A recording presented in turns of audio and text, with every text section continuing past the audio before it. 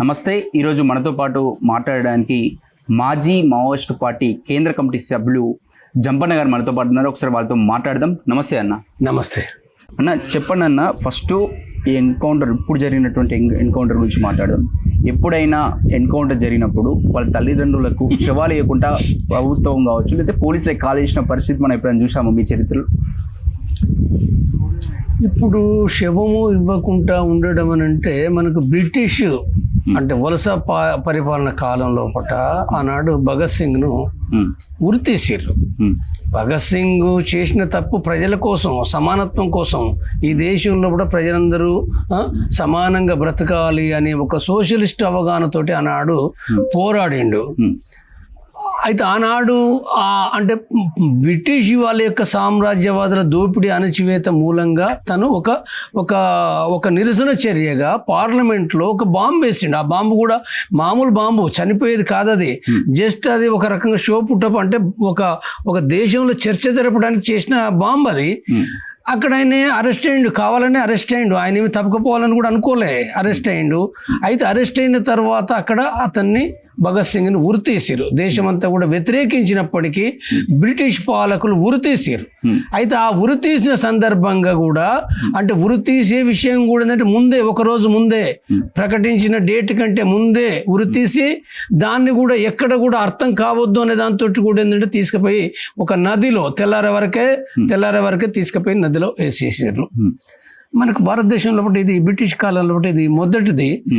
అయితే ఆ తర్వాత అంటే ఇప్పుడు మనకు ఆంధ్ర తెలంగాణలో కానీ ఎక్కడైనా కానీ అంటే పోరాడిన వాళ్ళను చంపడము, అంటే చిత్రహింసలు పెట్టడము సాధారణంగా అన్ని ప్రభుత్వాలు చేస్తున్నాయి. కానీ శవాలు కూడా ఇవ్వకుండా ఆలస్యం చేయడం ఇవన్నీ చేసినాయి, గత ప్రభుత్వాలు కూడా చేసినాయి.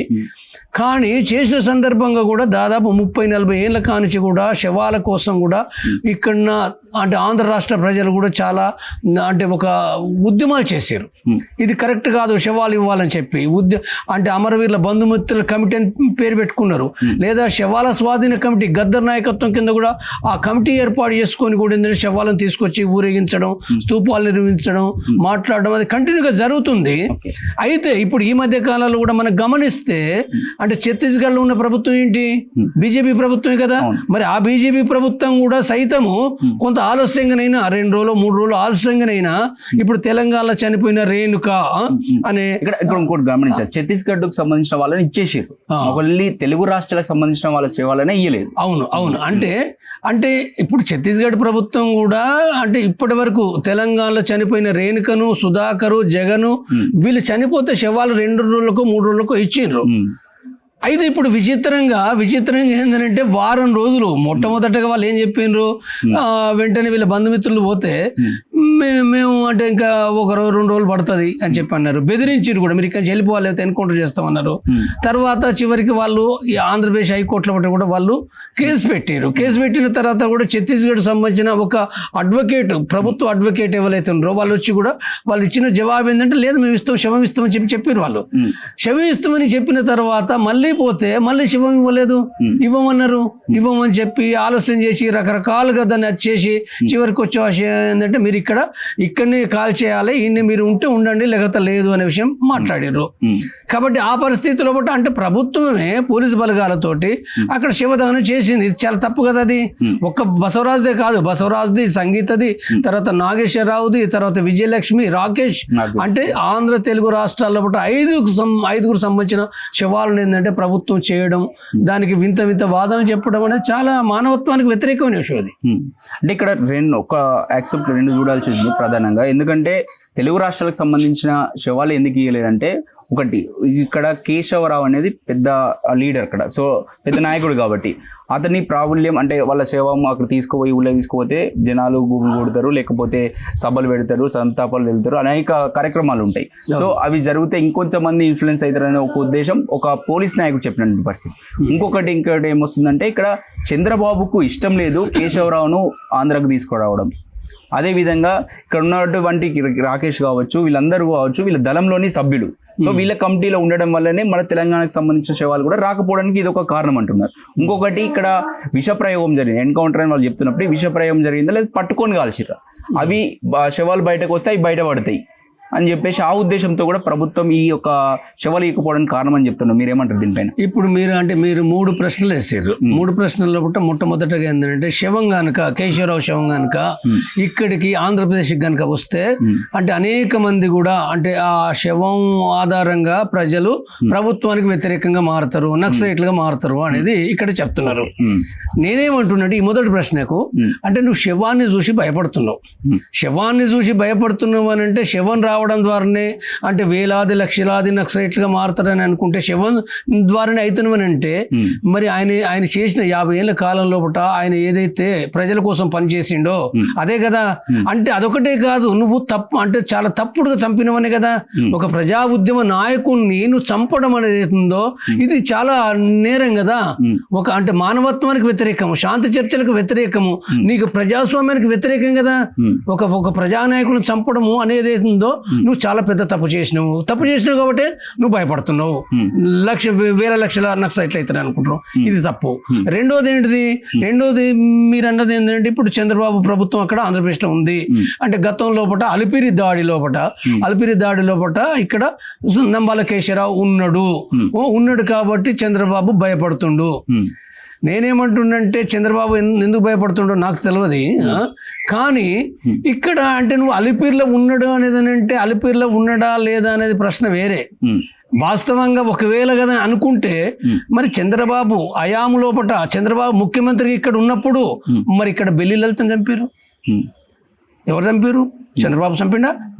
లేదా బెంగళూరు నుంచి నల్ల ఆదిరెడ్డి, ఎర్రంరెడ్డి సంతోష్ రెడ్డి, తర్వాత నరేష్ అంటే శ్యామురళి మహేష్ అనే ఈ పేరు కలిగిన వాళ్ళను కేంద్ర కమిటీ నాయకులను బెంగళూరు లోపల వాళ్ళకు విషం పెట్టి పట్టుకొచ్చి చిత్రహింసలు పెట్టి ఇక్కడ కొయ్యూరు లోపల మంతిని అడవి లోపల నువ్వు చంపినవు. నీ ప్రభుత్వం, నువ్వు అని అంటే మీనింగ్ నీ ప్రభుత్వం కాబట్టి ఇప్పుడు దాన్ని ఏమనుకోవాలి? చంద్రబాబు చంపిండని అనుకోవాలనా? అంటే ఇట్లా ప్రశ్నలు వేసుకుంటే అంటే ఇవి ఏవైతున్నాయో వాస్తవంగా అలిపిరి ఘటనకు సంబంధించి వచ్చినప్పుడు ఎవరు చంపినారు అనేది అవుతుందో అది ఓవరాల్గా మావోయిస్టు పార్టీనే, దాంట్లో ఏమీ లేదు. కానీ మావోయిస్టు పార్టీ ఎవరు చంపినట్టు దానికి ఆధారాలు ఏంటి? ఏమైనా ఆధారాలు ఉన్నాయా? ఏమైనా పలానోళ్ళు చంపినని మావోయిస్టు పార్టీ ప్రకటించిందా? మావోయిస్టు పార్టీకి ప్రకటించే మేము పలానోళ్ళని చంపిన ప్రకటించుకుంటుందా? ప్రకటించుకోలేదు.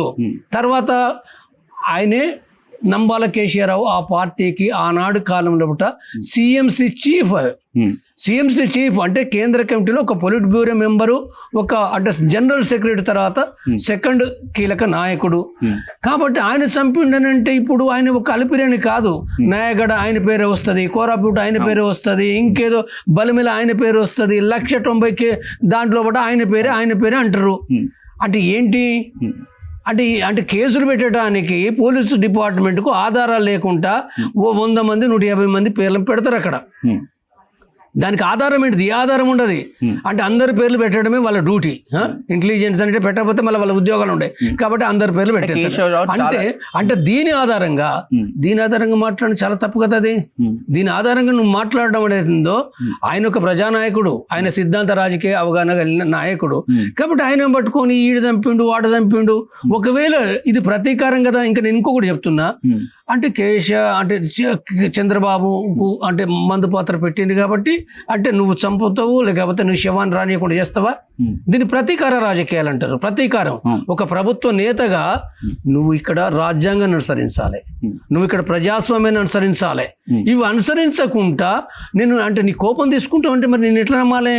అంటే నీకు వ్యతిరేకంగా అనుకుంటా నువ్వు ఎవరిపైన ఏమైనా చేస్తావన్నట్టే.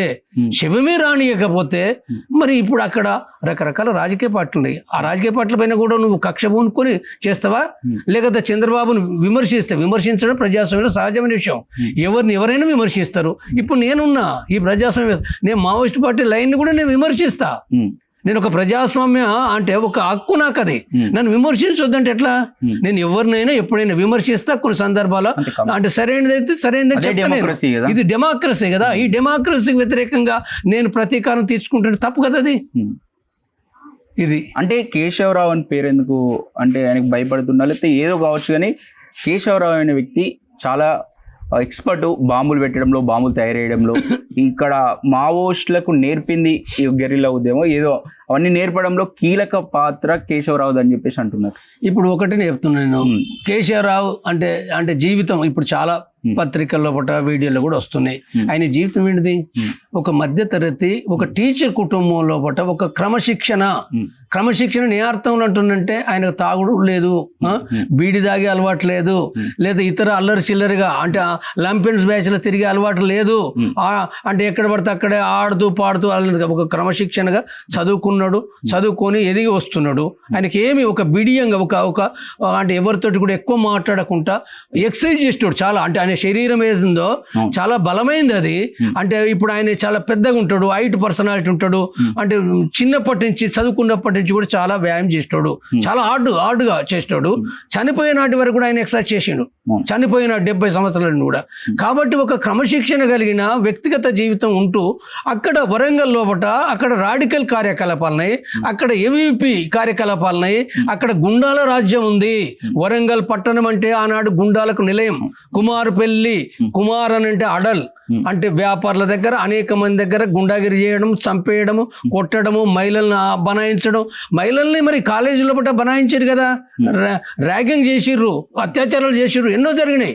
కాబట్టి ఈ నేపథ్యంలో పట్ల ఆనాడు అంటే ఈ బసవరాజు లేదా గంగన్న లేదా కేశవరావు ఆనాడు రాడికల్ విద్యార్థుల పట్ల ఆకర్షితులైండు. ఎందుకంటే రాడికల్ విద్యార్థులు ఎట్లున్నారు, వాళ్ళేం లంగతనం దొంగతనం చేయలే. రాడికల్ విద్యార్థులు అంటే గద్దరు ఒక పాట కూడా రాసిండు, రాడికల్ విద్యార్థులు అంటే ఎట్లుంటారు అన్నది. వాళ్ళు అంటే ఈ ర్యాగింగ్లకు వ్యతిరేకంగా, గుండాగిరికి వ్యతిరేకంగా, లేకపోతే కాంట్రాక్టర్ల దోపిడికి వ్యతిరేకంగా వాళ్ళు పోరాడిరు. వాళ్ళు అంటే రాడికల్స్ అంటే మరి ఎందుకు చేరినరు? పెద్ద పెద్ద బాగా చదువుకున్న వాళ్ళు, ఇంజనీర్లు, డాక్టర్లు, అడ్వకేట్లు మొత్తంగా చేరినారు కదా. వరంగల్లో ఉన్న అన్ని కాలేజీలు రాడికల్స్, హైదరాబాద్ లో అన్ని కాలేజీలు రాడికల్స్ లేదా పీడిఎస్యు. రాడికల్స్ పీడిఎస్యు అనేది దగ్గరగా అది. జార్జ్ రెడ్డి ఎవరు, జంపాల్ ఎవరు, తర్వాత ఇక్కడ మహేష్ సంతోష్ రెడ్డి ఇక్కడ ఉస్మానియాలో చదువుకున్నాడు కదా, గోల్డ్ మెడలిస్ట్ కదా. అనేక మంది గోల్డ్ మెడలిస్టు, అనేక ఉన్నత చదివిన వాళ్ళు అనేక మంది, వందల వేలాది మంది కూడా. కలకత్తా యూనివర్సిటీ అంతా ఏంటిది, చాలా ఒక గొప్ప మేధావులు వాళ్ళు.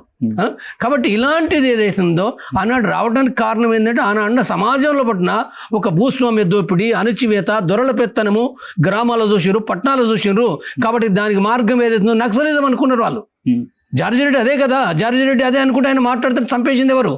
జార్జి రెడ్డిని చంపేసింది ఎవరు? జార్జి రెడ్డిని కాదు, అనేక మందిని. శేషన్ను చంపింది ఎవరు? రాడికల్ శేషన్ను చంపింది ఎవరు?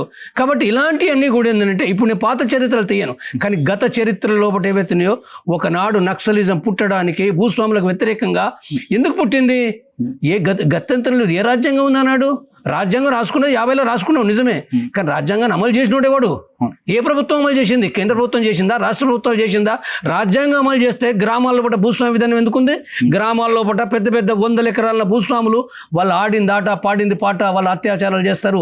అక్కడ కౌలు రైతులను కూడా దోపిడీ చేసి, కౌలు రైతుల కుటుంబం, వాళ్ళ తాత, వాళ్ళ తండ్రి, వాళ్ళ భార్య, వాళ్ళ కొడుకులు, మొత్తం వాళ్ళ భూస్వామ్య కుటుంబానికి అర్ధబానిసలుగా ఉన్న జీవితాలు వాళ్ళవి. అంటే ఆనాడు దళితులకు, ఆనాడు బీసీలకు ఏ హక్కులు ఉన్నాయి? ఎవరు చదువుకున్నారు ఆనాడు? చదువుకుంటే అగ్ర కులాలకు సంబంధించిన బిడ్డలు కొద్దిమంది. అందులో కూడా అగ్ర కులాలంటే రెడ్డి అనుకుంటే రెడ్డి వాళ్ళు అందరూ చదవాలి కొంతమంది. కాబట్టి ఆనాటి నేపథ్యంలో రాజ్యాంగమే లేదు. ఆ రాజ్యాంగం లేనప్పుడు దిక్కెక్కన్నది? దిక్కు లేదు. కాబట్టి రైతులు కదా తుపాకులు పట్టింది. ఎవరు పట్టిండ్రు?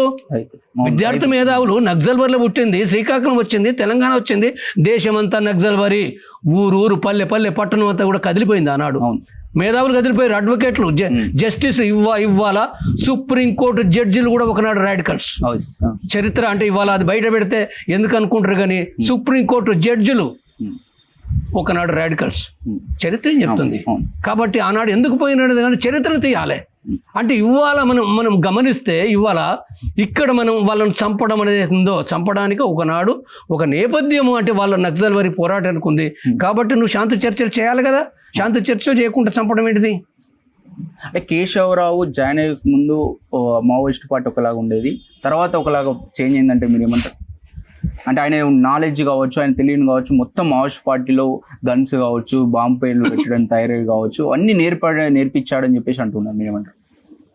ఇప్పుడు అంటే కేశవరావు పాత్ర సిఎంసి లోపల, మిలిటరీ రంగం లోపల కీలకమైన పాత్ర. దాంట్లో ఏం సందేహం లేదు. కానీ నేను మొదటగా నేను చెప్పేది అంటే ఆయన ఒక ప్రజానాయకుడు. ఆయన ఒక ప్రజానాయకుడుగా అంటే కొంచెం ప్రజానాయకుడుగా వచ్చిండు. ఆయనే మొట్టమొదటగా దండకర్ణ తూర్పు గోదావరి పోయినప్పుడు కూడా ఆయన పోయి ప్రజలను ఆర్గనైజ్ చేసిండు. ప్రజల దగ్గర పెట్టిన తిండి గట్గా గంజి కారం తిని బతికిండు. చాలా సంవత్సరాలు ప్రజలను ఆర్గనైజ్ చేసిండు. ఈ క్రమం లోపట ఆయనే మిలిటరీ రంగం లోపట కూడా అంటే ఆ పార్టీ విధానాల ప్రకారంగా అంటే ఆ మిలిటరీ రంగం కూడా నేర్చుకోకపోతే అంటే ఇప్పుడు ప్రజల పోరాటాలు చేస్తే భూస్వాముల గుండాలు వచ్చారు. భూస్వాములకు మద్దతుగా పోలీసులు వచ్చారు. పోలీసులు వచ్చినప్పుడు అనివార్యంగా అంటే వీళ్ళు ఎన్కౌంటర్ గురైనరు కదా, బూటకం ఎన్కౌంటర్ గురైనరు, చంపబడుతున్నప్పుడు ఏంటిది మరి గత్యంతరం లేదు, ఆయుధాలు పట్టుకోవాలి. ఆయుధాలు ఎక్కడి నుంచి పెట్టారు? వాళ్ళకేమో ఆనాడు ఆయుధాలు ఏంటంటే కత్తులు కొడవన్ల నుంచి చేతి బాంబుల నుంచి అక్కడి నుంచి మొదలై రామబాణం అని చెప్పి అది పనికిరాని తుపాకి గొట్టం అన్నాడు, రామబాణం అన్నారు ఆనాడు. అది ఏ 303 లేదు, ఏ AK-47 లేదు, ఏ స్టెన్ గన్ లేదు, పోలీసుల దగ్గర వాళ్ళ దగ్గర ఏం లేవు. కాబట్టి అలాంటి పరిస్థితుల్లో వాళ్ళు ఆయుధాలు తయారు చేసుకున్నారు, సేకరించుకున్నారు. అక్కడి నుంచి యుద్ధం నేర్చుకున్నారు. యుద్ధం అంటే తెలియదు వాళ్ళకు. యుద్ధం అంటే ఫైరింగ్ చేసుడు తెలియదు. ఫైరింగ్ వాళ్ళకేం తెలుస్తుంది? అక్కడ చదువుకొని పోయిన వాళ్ళకు ఫైరింగ్ తెలియదు కదా. కానీ వాళ్ళంతటా వాళ్ళు నేర్చుకున్నారు. వాళ్ళు నేర్చుకున్నారు స్వయంగా కష్టపడి. పొజిషన్ ఎట్లా తీసుకోవాలి, గోలి కాలుస్తుంటే వందలాది తూటాలు వస్తుంటే వాళ్ళు ఎట్లా నిలబడాలి, ఎట్లా పడుకోవాలి, ఎట్లా కూర్చోవాలి, ఇది ఎవరు నేర్వాలి? ఈ రైతులకి ఏం తెలుసు? యుద్ధం తెలియదు కదా. కాబట్టి అక్కడ వాళ్ళు యుద్ధం నేర్చుకున్నారు, యుద్ధం నేర్పిండ్రు. అందులో బసవరాజు అంటే అనేక మంది ఉన్నారు దాంట్లో. బసవరాజు కూడా ఏంటంటే ఒక ముఖ్యుడు కాబట్టి తను కూడా ఆ రంగం పైన శ్రద్ధ పెట్టి అంటే ట్రైనింగ్, తర్వాత తుపాకుల తయారీ, లేకపోతే అసలు యుద్ధ తంత్రాలు ఇవంతా అధ్యయనం చేసిండు. ఎక్కడి నుంచి చేసిండు? ప్రపంచంలో ఒక LTT కాదు, LTT వాళ్ళు వచ్చి ఇక్కడ చెప్పింది ఏమీ లేదు. LTT నుంచి వాళ్ళ నుంచి దూరమైన వాళ్ళు కొంతమంది చెప్పిన మాట వాస్తవమే, ఒక సందర్భంలో చెప్పిన మాట వాస్తవం, చెప్పలేదని కాదు. కానీ వాళ్ళు చెప్పిన దానికంటే 10 రెట్లు 50 రెట్లు ఎక్కువగా ప్రపంచంలో ఉన్న మిలిటరీ జ్ఞానం నుంచి నేర్చుకున్నారు.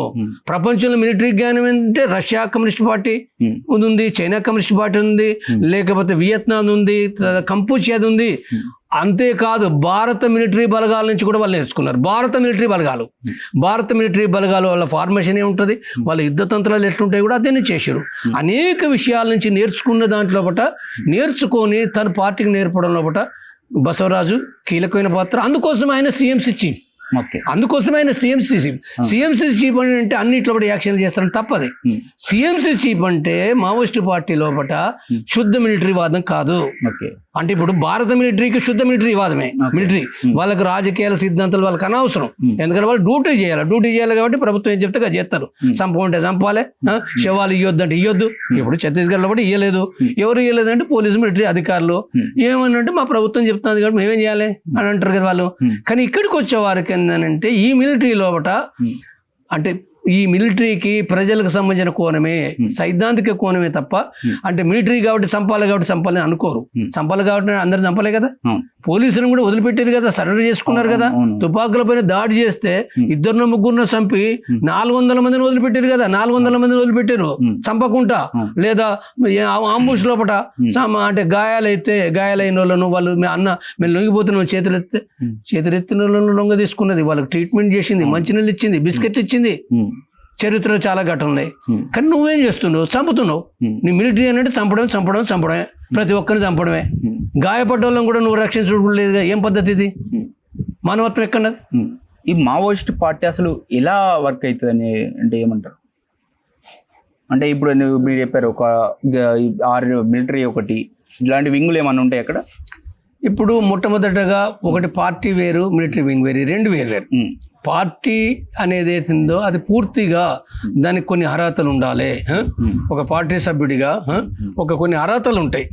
అంటే శ్రామిక వర్గంలో పుట్టడము, వాళ్ళది ఏ కులమన కానీ శ్రామిక వర్గాలు పుట్టడం, కార్మికుడా, రైతా, లేకపోతే ఉద్యోగ ఏంటిదనే దాన్ని బట్టి ఉంటుంది. అందరినీ తీసుకుంటుంది. అంటే కొన్ని సందర్భాల్లో పెట్టుబడిదారులను కూడా తీసుకుంటుంది, చిన్న పెట్టుబడిదారులను కూడా. కానీ దానికి కొన్ని చాలా వాళ్ళకి లేట్గా పార్టీ మెంబర్షిప్ ఇస్తుంది. కాబట్టి ఈ రకంగా అంటే పార్టీ అనేది ఏందో ఒకటి అండర్ గ్రౌండ్ ఉంటుంది, ఫుల్ టైమర్స్ తోటి ఉంటుంది. ఫుల్ టైమర్స్ పూర్తిగా వాళ్ళ వృత్తి అంతా కూడా విప్లవమే, మరొకటి లేదు. ఇంకొకటి పార్ట్ టైం ఉంటుంది. పార్ట్ టైం అని అంటే వాళ్ళ సగ జీవితం ఏదైతుందో వాళ్ళ కుటుంబం కోసం, వాళ్ళ ఉద్యోగం కోసము, వాళ్ళ పిల్లల కోసం కూడా వాళ్ళు జీవిస్తారు. జీవిస్తూ కూడా పార్టీకి సంబంధించిన విధానాలపైన వాళ్ళు పనిచేసే వాళ్ళు ఉంటారు. అందుకోసం దీన్ని ఏమంటారంటే part time party, full time party ఉంటుంది. ఇవి కాక ప్రజా సంఘాలు ఉంటాయి.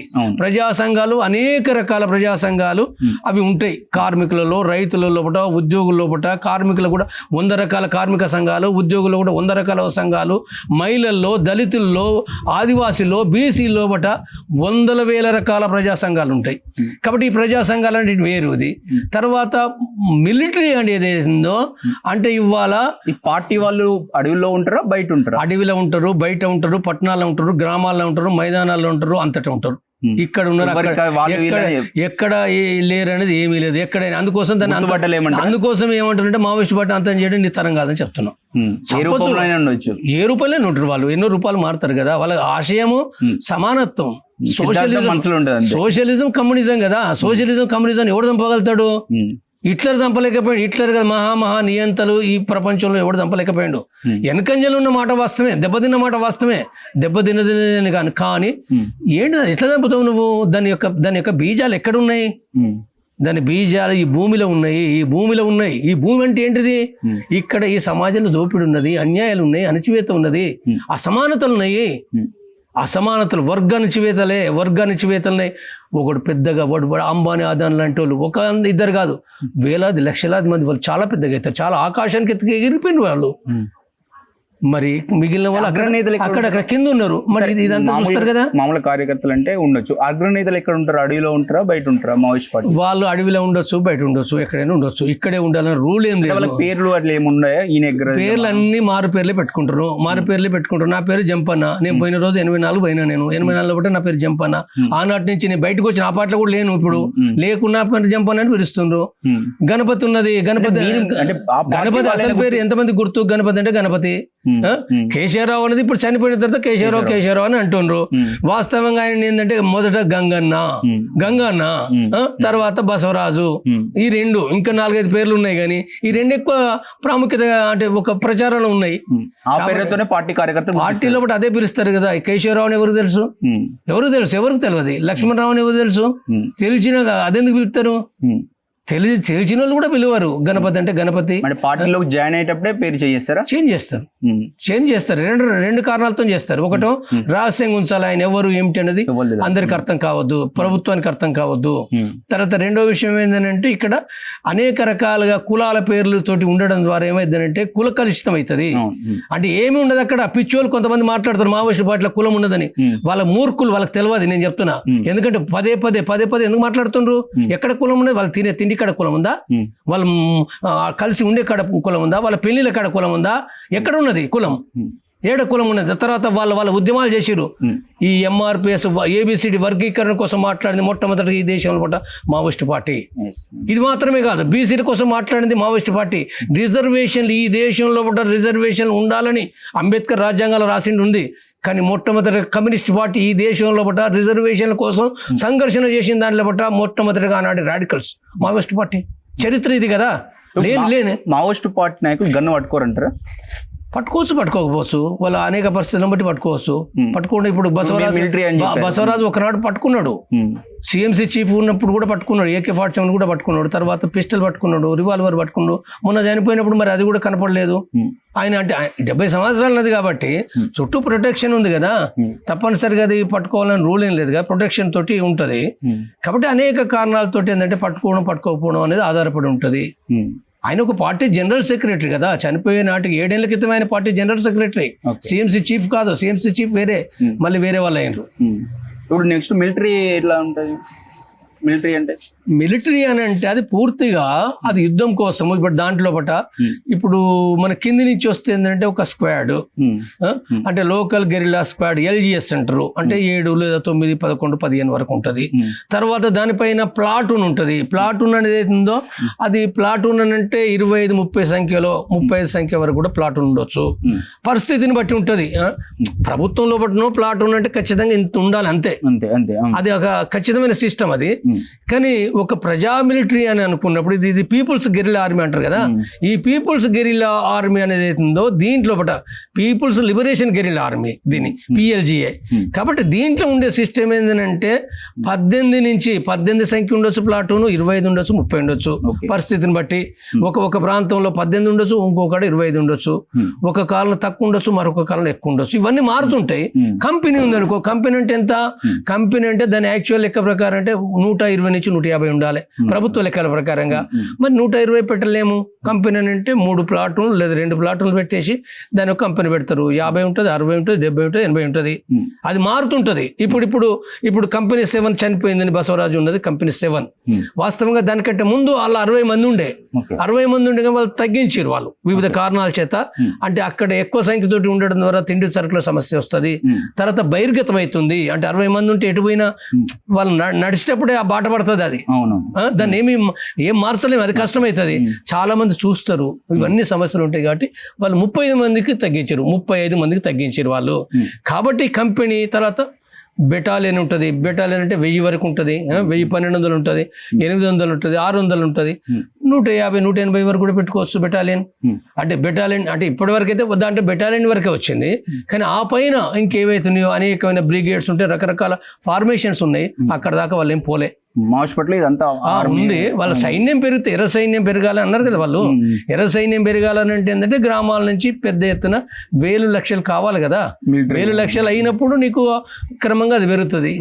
కాబట్టి అది పెరగలేదు కాబట్టి బెటాలియన్ కాడికి వచ్చి ఆగిపోయింది. అది ఇట్లా ఈ మిలిటరీలకు కావచ్చు, లేకపోతే మావోయిస్ట్ పార్టీలకు ఎట్లా రిక్రూట్మెంట్ చేసుకుంటారు? రిక్రూట్మెంట్ అనేది ఏందో పార్టీ సభ్యులకు కానీ లేకపోతే PLGలకు కానీ, పార్టీ వేరు PLG వేరే అంటున్నాం కదా. కాబట్టి రెండింటిలో పాటు కూడా రిక్రూట్మెంట్ ఏందో గ్రామ సంఘాల నుండి అంటే గ్రామ సంఘాలు పనిచేసేటప్పుడు వాళ్ళు అక్కడ ట్రైన్ అప్ అవుతారు, అవగాహన పెరుగుతుంది. వాళ్ళకి అవగాహన పెరగాలి కదా, అవగాహన పెరగాలి. అవగాహనలో పాటు కూడా వాళ్ళు సరైన వ్యక్తుల, పోలీస్ ఏజెంట్ల, లేకపోతే వాళ్ళు వచ్చి నిలబడగలుగుతారా, వాళ్ళ క్రమశిక్షణ ఏమిటి అనే విషయాన్ని ఇవన్నీ పరిశీలిస్తారు. కష్టాలకు కూడా తట్టుకుంటారా, మళ్ళీ వెళ్ళిపోతారా. కాబట్టి ఇవన్నీ టెస్ట్ అవుతాయి. కొంతవరకు టెస్ట్ అయిన తర్వాత తిరిగి వాళ్ళని తీసుకుంటారు. వాళ్ళని తీసుకున్నప్పుడు కూడా అది అంటే ఒక దళంలో పెట్టవచ్చు, దళంలో పెట్టి కూడా పార్టీ మెంబర్షిప్ ఇస్తారు. లేదా దళంలో లేకుండా బయట పనిచేసే వాళ్ళైతే వాళ్ళకు కూడా పార్టీ మెంబర్షిప్ ఇస్తారు. దళంలోకి ఎప్పుడు తీసుకుంటారు అంటే వాళ్ళ కనీస కాల పీరియడ్ కావాలి కదా. వాళ్ళకి ఎట్లా గన్ను పట్టుకోవాలి అంటే ముందే గన్ను పట్టేది ఏం నేర్పరు, పార్టీ అవగాహన నేర్పుతారు. పార్టీ అవగాహన నేర్పిన తర్వాత గన్ను పట్టేది ఇక్కడ బయట సాధ్యం కాదు కదా. వాళ్ళు లోపలికి పోయిన తర్వాత గన్ను పట్టేది, గ్రెనేడ్ వేసేది, తర్వాత పొజిషన్స్ ఏంటి, తర్వాత యుద్ధం ఏంటిదో అది నేర్పుతారు. ఇవంతా ఒక క్రమం. అది ముందు పార్టీ అంటే అర్థం కావాలి. పార్టీ అంటే అర్థమైన తర్వాతనే దళంలోకి తీసుకుంటారు. అంతే. అక్కడ తినడానికి తిండి కావచ్చు అన్ని ఏర్పాటు ఎట్లా ఉంటాయి? అడవిలో ఉంటారు మొత్తం కదా. తినడానికి అంటే ఒకప్పుడు ప్రజలే పెట్టేది మొత్తం, పొద్దు సాయంత్రం ఏదైనా ఏంటంటే ప్రజలే పెట్టేది. ఎక్కడి పోయినా వాళ్ళే పెట్టేది. వాళ్ళు పెట్టింది అంటే వాళ్ళు వండి పెట్టేది ఒకరు స్వయంగా, ఒకరు లేకపోతే గ్రామం లోపల అక్కడ వసూలు చేస్తారు. ఒక ఊరు మొత్తం వసూలు చేయొచ్చు, లేక ఒక వాడలో వసూలు చేయొచ్చు. అంటే 10 మందికా 20 మందికా 50 మందికి అనే దాన్ని బట్టి అన్నము కూర వాళ్ళు ఇప్పుడు మనం చెప్పాలంటే చాకలి వృత్తి ఉన్నది. చాకలి వృత్తి ఏంటంటే ఇప్పటికి కూడా ఇంకా చాలా తగ్గింది కానీ ఉన్నది. వాళ్ళు గంప పట్టుకొని ఏంటంటే ఊరు వాళ్ళు తిరుగుతారు, అక్కడ అన్నము కూర వేసే వాళ్ళు వేస్తారు. కాబట్టి ఆ రకంగా కూడా సంఘ సభ్యులు లేదా అభిమానులు వాళ్ళు ఎవరో ఏంటంటే గంప పట్టుకొని ఏంటంటే తిరిగితే అప్పుడంటే దొరికింది ఆ కాలంలో పోలీస్ యాక్టివిటీస్ ఎక్కువ లేదు తిరిగేటోళ్ళు. కానీ ఇప్పుడు వండి పెడుతుండ్రు, ప్రజలు వండి పెడుతుండ్రు. ఒకటి అంటే బియ్యం ఒకరే పెట్టలేకపోతే 4, 5 ఊరు మొత్తం కూడా బియ్యం కలెక్ట్ చేసుకుని కూరగాయలు ఒకటి వండుతారు. లేదా కొన్ని సందర్భంలో బట్ట వాళ్ళే వండుకుంటారు. వాళ్ళే పార్టీ వండుకుంటది. పార్టీ మోసుకొని పోతారు కదా. మోసుకుపోతే ఎట్లా? ఒక్కొక్కరు ఏంటంటే 20 కేజీలు మోస్తారు కదా. బియ్యం, ఉప్పు, కారం, పుస్తకాలు, ఇంకా మందుగుండు సామాగ్రి అన్ని మోయాలి కదా 20 కేజీలు. అలా బియ్యం, ఉప్పు, గిన్నెలు కూడా ఉంటాయి కదా. మరి వీళ్ళు బయటకు కిరాణా షాప్ లో వచ్చినప్పుడు పట్టుకోరా పోలీసులు? 2 రకాల వాళ్ళ సంఘ సభ్యులు తెస్తారు, అభిమానులు తెస్తారు ఆ బియ్యం, లేకపోతే వాళ్ళే సివిల్ బట్టలు వేసి పోతారు.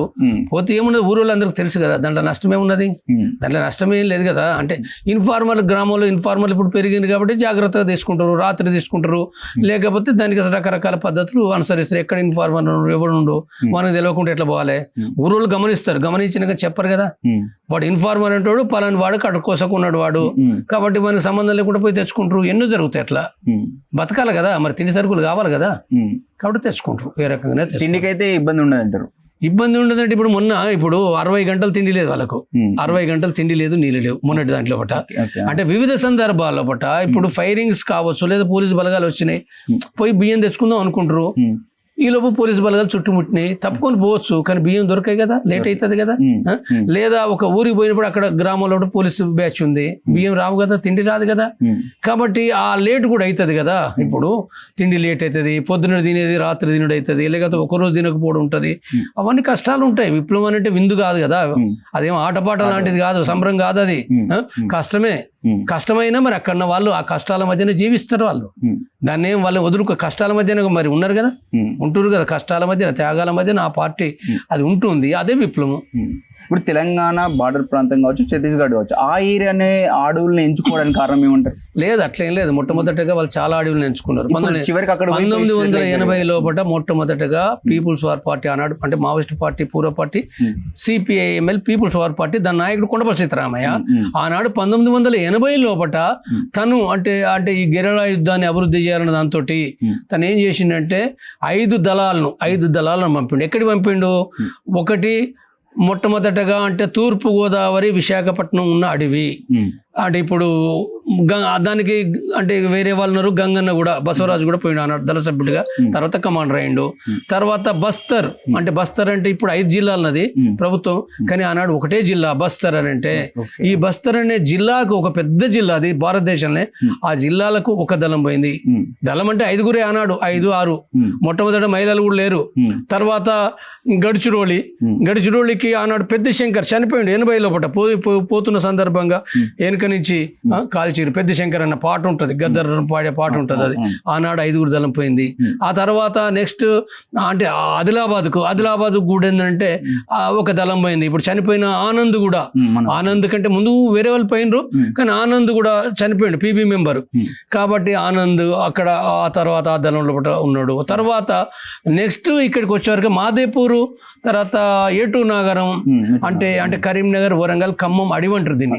ఈ అడవి ప్రాంతానికి ఒక దళం వచ్చింది ఆనాడు, అది కూడా 5గురితో ఒక దళం వచ్చింది. అంటే 5 దళాలు ఏవైతున్నాయో, అంటే 5 చొప్పున ఆ దళాలు ఫస్ట్ పంపినరు. చాలా కష్టాలు పడ్డారు వాళ్ళు, చెప్పులు దొరకలేదు, తిండి దొరకలేదు, ప్రజలు ఏంటంటే వాళ్ళు ఎల్లగొట్టినరు. మీరెవరు దొంగలు అనుకున్నారు కదా, బయటి మనుషులు బస్తల్లో పోతే ఈ తెల్ల బట్టలు కనపడితేనే, లేకపోతే కొత్త ముఖం కనపడితేనే ముఖాలు కూడా అర్థమవుతాయి కదా. ఆదివాసుల ముఖం ఇక్కడ కొద్దిగా వంగి ఉంటది, బయట నుంచి వచ్చిన తెలుగుల ముఖాలు వేరే ఉంటాయి, ఈజీగా గుర్తుపడతారు. ఎల్లగొట్టారు దొంగలు అని చెప్పి ఎంటబడి మొత్తం ఊరు మొత్తం బరుషలు గొడ్డలను పట్టుకుని ఎంటబడ్డారు కదా, పారిపోయింది కదా. పారిపోయారంటే మళ్ళీ రకరకాలుగా మేము అట్లా కాదు ఇట్లా కాదు అట్లా అని చెప్పి ఎన్నో చెప్పుకుంటారు. 3 ఏళ్ళు 4 ఏళ్ళు కష్టపడ్డారు. వాళ్ళకి తిండి కూడా చాలా కష్టాలు పడ్డారు. వాళ్ళు కష్టాలు పడి అట్లా పార్టీ ప్రజలు అప్పుడు కదా వాళ్ళు అర్థం చేసుకున్నది, వీళ్ళు ఎవరో కాదు మా కోసం వచ్చిన వాళ్ళు. ఆ ఫారెస్ట్ అధికారులు దొంగలు, వాడు వచ్చేసి ఫారెస్ట్ అధికారి అని చెప్పి వాడు భూమి దున్ననియాడు, కట్టె కొట్టనియాడు, మేకలు మేపుకుంటే వాడు దానిపైన దండగేస్తాడు, వాడు కొడతాడు, చంపుతాడు. కాబట్టి వీళ్ళెవరు? ఆ ఫారెస్ట్ అధికారులకు వ్యతిరేకంగా నిలబడే వాళ్ళ నాయకులు, వాళ్ళ దేవుళ్ళు కొలిచారు. దేవుళ్ళు కాదు, దేవుళ్ళు కొలిచారు, వాళ్ళు దేవుళ్ళు అనుకున్నారు వాళ్ళు. కాబట్టి ఇలాంటి స్థితి కదా. ఎందుకు నక్సలైట్లు ఎందుకు? ఇప్పుడు కొంతమంది పిచ్చోళ్ళు ఏమంటారంటే రాజ్యాంగానికి వ్యతిరేకం కదంటే, అవును రాజ్యాంగం వ్యతిరేకం. మరి రాజ్యాంగాన్ని ఎక్కడ అమలు చేయించినావు? ఎడ చేసినావు? దండకాండ చేసినావా? బస్తలో చేసినావా? విశాఖలో చేసినావా? తెలంగాణలో చేసినావా? భూసోన దోపిడీ ఉన్నప్పుడు నక్సల్ బల్ల చేసినావా? ఎక్కడ చేసినావు? నీ రాజ్యాంగాన్ని అమలు చేయనప్పుడు మరి ఆ ప్రజలకు ఒక్కరు కాదు, 2 కాదు కదా, పోనీ బసవరాజో ఎవరో 2 పల్పించోళ్ళు అనుకుందాం. మరి దేశమంతా నక్సలైట్లు ఎందుకయ్యారు? దేశమంతా చాలా సార్. ఇప్పుడు ఇక్కడ 5గా విడిపోయిన దళం మరి ఒక్క దగ్గరికి ఇప్పుడు ఛత్తీస్గఢ్ ఒక్క ప్రాంతానికి పరిమితమైంది కదా, ఎట్లా అంటారు అది? ఇప్పుడు పరిమితం కావడం అనేది పరిమితమైంది. ఒక ఛత్తీస్గఢ్ కాదు, ఇప్పుడు పరిమితమైంది అంటే లేదు. ఛత్తీస్గఢ్ లోపల ఎక్కువ ఉన్న మాట వాస్తవమే, కానీ వాళ్ళు 16 రాష్ట్రాల్లో ఉన్నారని చెప్పి మొన్న అభయ్ కూడా ప్రకటన చేశాడు. అంటే 16 రాష్ట్రాలు అంటే 16 రాష్ట్రాల లోపల కూడా వాళ్ళు ఇంత బలంగా ఉన్నారంటే లేదు, తగ్గిండ్రని వాళ్ళే చెప్తున్నారు.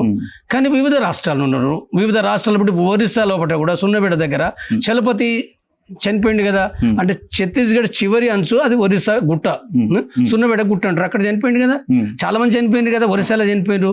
మరి ఏఓబి అని అంటే కూడా అది కూడా మరి ఆంధ్ర ఒరిస్సా, ఆంధ్ర రాష్ట్రం లోపల కూడా చనిపోయింది కదా.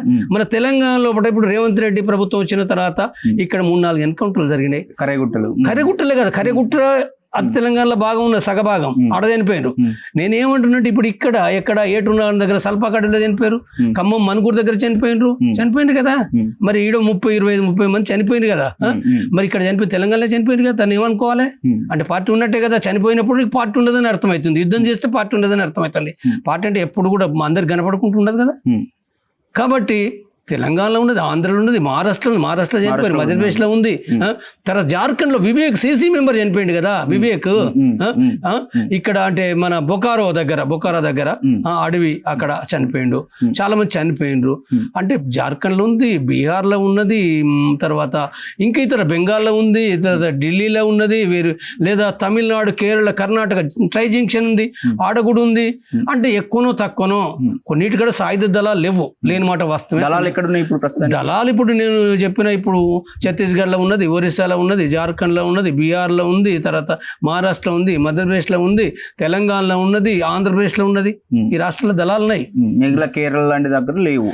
ఇక లేవు అనేది నాకు ఆ స్పష్టత ఒకప్పుడు ఉండే ట్రై జంక్షన్లో, ఇప్పుడు ఉన్నాయా లేవా నాకు తెలియదు. వాళ్ళు ఏ రకంగానైనా పార్టీ అనేది ఉందో అది పోతుంది, ఉంటుంది, ఏదో రూపంలో ఉంటుంది. రాజ్యాంగ ప్రకారం కూడా ఉంటుంది పార్టీ అంటే, రాజ్యాంగ ప్రకారం కూడా పార్టీ ఉంటుంది, రాజ్యాంగ ప్రకారంగా వాళ్ళు పనిచేస్తారు. కాబట్టి రూపం మారుతుంది రూపం మారుతుంది కాబట్టి వాళ్ళంతా అర్బన్ నక్సల్ అని పేరు పెట్టి చంపడం తప్పది. వాళ్ళు ఏమైనా రాజ్యాంగ తప్పులు చేసినరా, వాళ్ళు ఏమైనా సాయుధ పోరాటం చేసిరా, వాళ్ళు ఏమైనా చంపిరా, చట్ట వ్యతిరేకంగా ఉన్నారా, వీళ్ళంతా అర్బన్ నక్సల్ వాళ్ళంతా అర్బన్ తప్పది. వీళ్ళ మీటింగ్స్ ఎప్పుడు జరుగుతాయి సార్? మామూలుగా ఇప్పుడు కేంద్ర కమిటీ మీటింగ్ కావచ్చు, మామూలుగా కింది స్థాయి రాష్ట్ర కమిటీ మీటింగ్లు ఎప్పుడు జరుగుతూ ఉంటాయి? మీటింగ్లు అనేటి అంటే దానికి జనరల్గా పార్టీ నిబంధన లోపల కేంద్ర కమిటీ మీటింగ్ సంవత్సరం లోపు జరుపుకోవాలని ఉంటుంది, సంవత్సరానికి. ఎందుకంటే ఎక్కడెక్కడ ఉంటారు కాబట్టి జరగదు అది వెంటనే బస్ ఎక్కి విమానం ఎక్కి రాలేరు ఆడికి, నడిచి రావాలి, చాలా ఇబ్బందులు ఉంటాయి. సంవత్సరం ఒకసారి జరుపుకోవాలి. సంవత్సరం అయితే 2 అవుతుంది, లేట్ కూడా అవుతాయి. ఇప్పుడున్న కాలంలో లేట్ కూడా అవుతాయి, చాలా లేట్ అవుతాయి. రాష్ట్ర కమిటీ మీటింగ్లో దానికి 6 నెలల టైం ఉంటుంది, లేదా ఏడాది ఉంటుంది. అట్లా వాటి అంటే నిబంధనలు పెట్టుకోవడం వేరు. కింద ఏరియా కమిటీ, జిల్లా కమిటీ అయితే 3 నెలలకు 2 నెలలకు జరుపుకోవాలని ఉంటుంది. వాళ్ళు జరుపుకుంటారు, అవకాశం ఉన్న కాడ 3 నెలలకు 4 నెలలకు జరుపుకుంటారు వాళ్ళు ఎట్లా. కానీ పైన జరగడం కష్టం ఉంటుంది. కాబట్టి ఈ సమావేశాలు ఏవైతున్నాయో వాళ్ళు సమావేశాలు లేకపోతే కూడా మరి వేరే ఎట్లా చేసుకుంటారంటే వాళ్ళ పద్ధతులు వాళ్ళు అనుసరిస్తారు. ఎన్నో అడవుల్లో జరుగుతాయి. మరి ఇప్పుడు ఒకప్పుడు బయట జరిగేది, బెంగళూరులో కూడా జరిగినాయి కదా, బెంగళూరులో జరిగినాయి, చెన్నైలో జరిగినాయి, దేశంలో పట ఎక్కడో జరిగినాయి.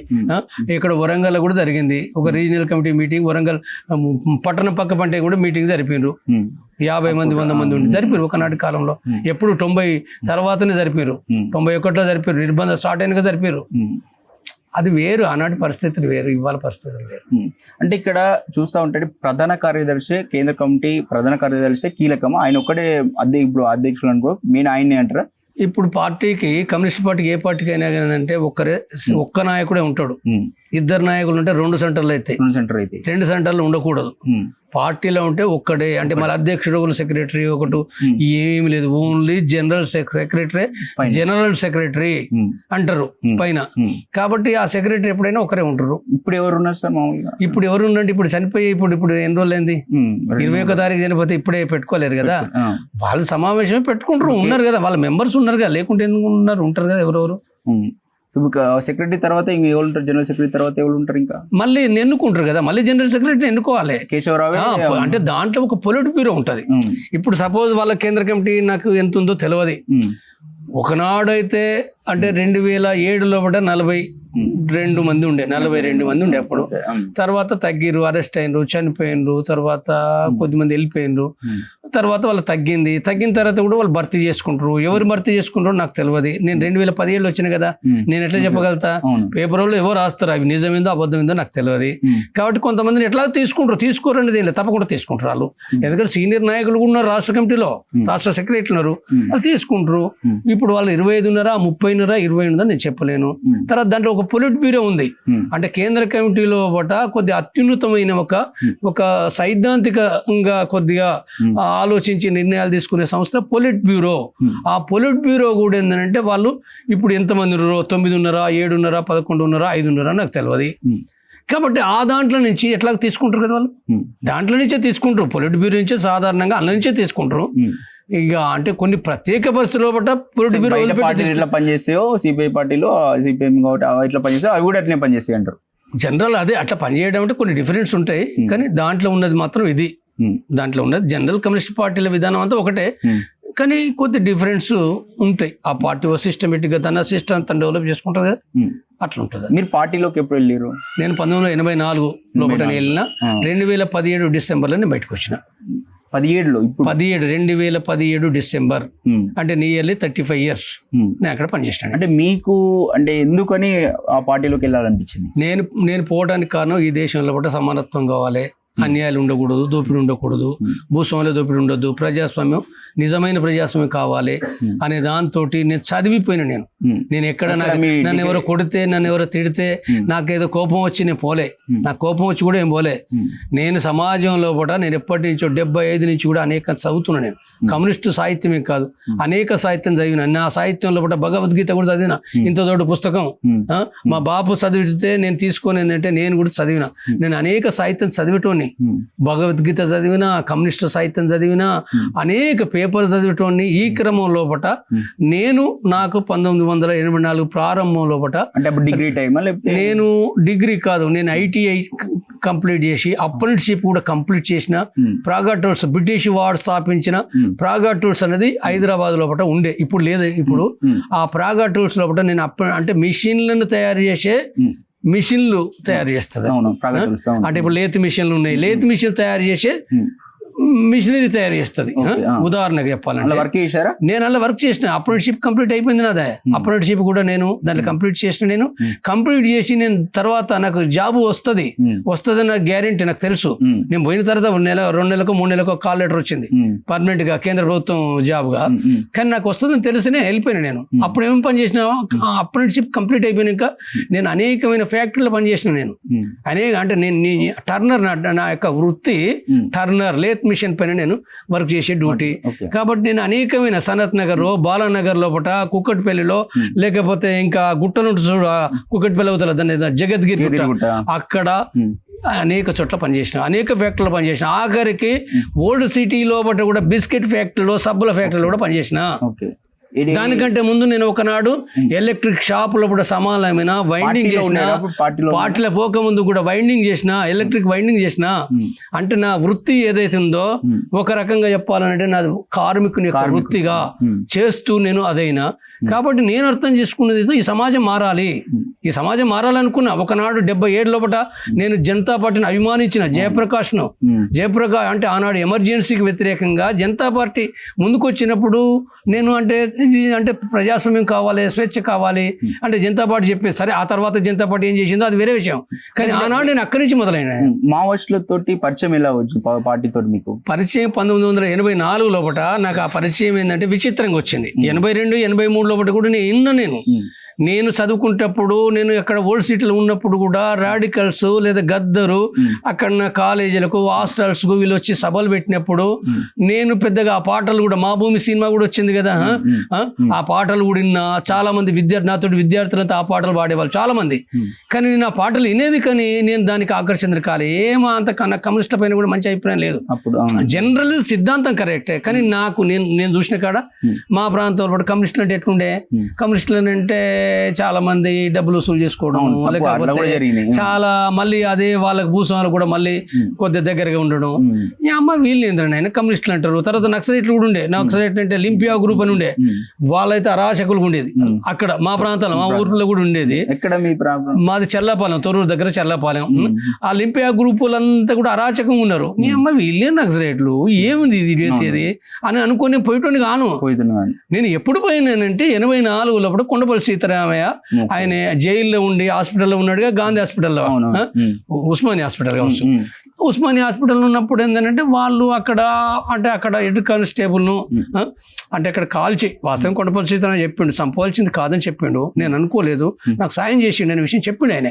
కానీ వీళ్ళు ఆ పార్టీ వాళ్ళు ఏంటంటే ఆయనను విడుదల చేయాలనటం కోసం ఆయనను చంపి వాస్తవంగా మాట్లాడి తీసుకొచ్చే పరిస్థితి ఉండే. వీళ్ళకి తెలియక అతను కాల్చారు, కొండపల్లి సీతారాం తీసుకొచ్చారు, డాక్టర్ల విషయంలో పోయి తీసుకొచ్చారు అన్నాడు. అప్పుడు పెద్ద చర్చ హైదరాబాద్లో, ఎక్కడ చూసినా కొండపల్లి సీతారాం ఇట్లా పోయిండు, ఆయన నక్సలైట్ నాయకుడట, ఆయన పేద ప్రజల కోసం పనిచేస్తాడట, ఆ పార్టీ దట అని ఈ చర్చ ఒకటి. తర్వాత మరి ఎందుకు చంపారు అని అంటే ఆయన పోవాలి కాబట్టి, పార్టీని రక్షించుకోవాలంటే, పార్టీ నాయకత్వం కావాలంటే తప్పనిసరిగా ఆయన చంపాల్సి వచ్చింది.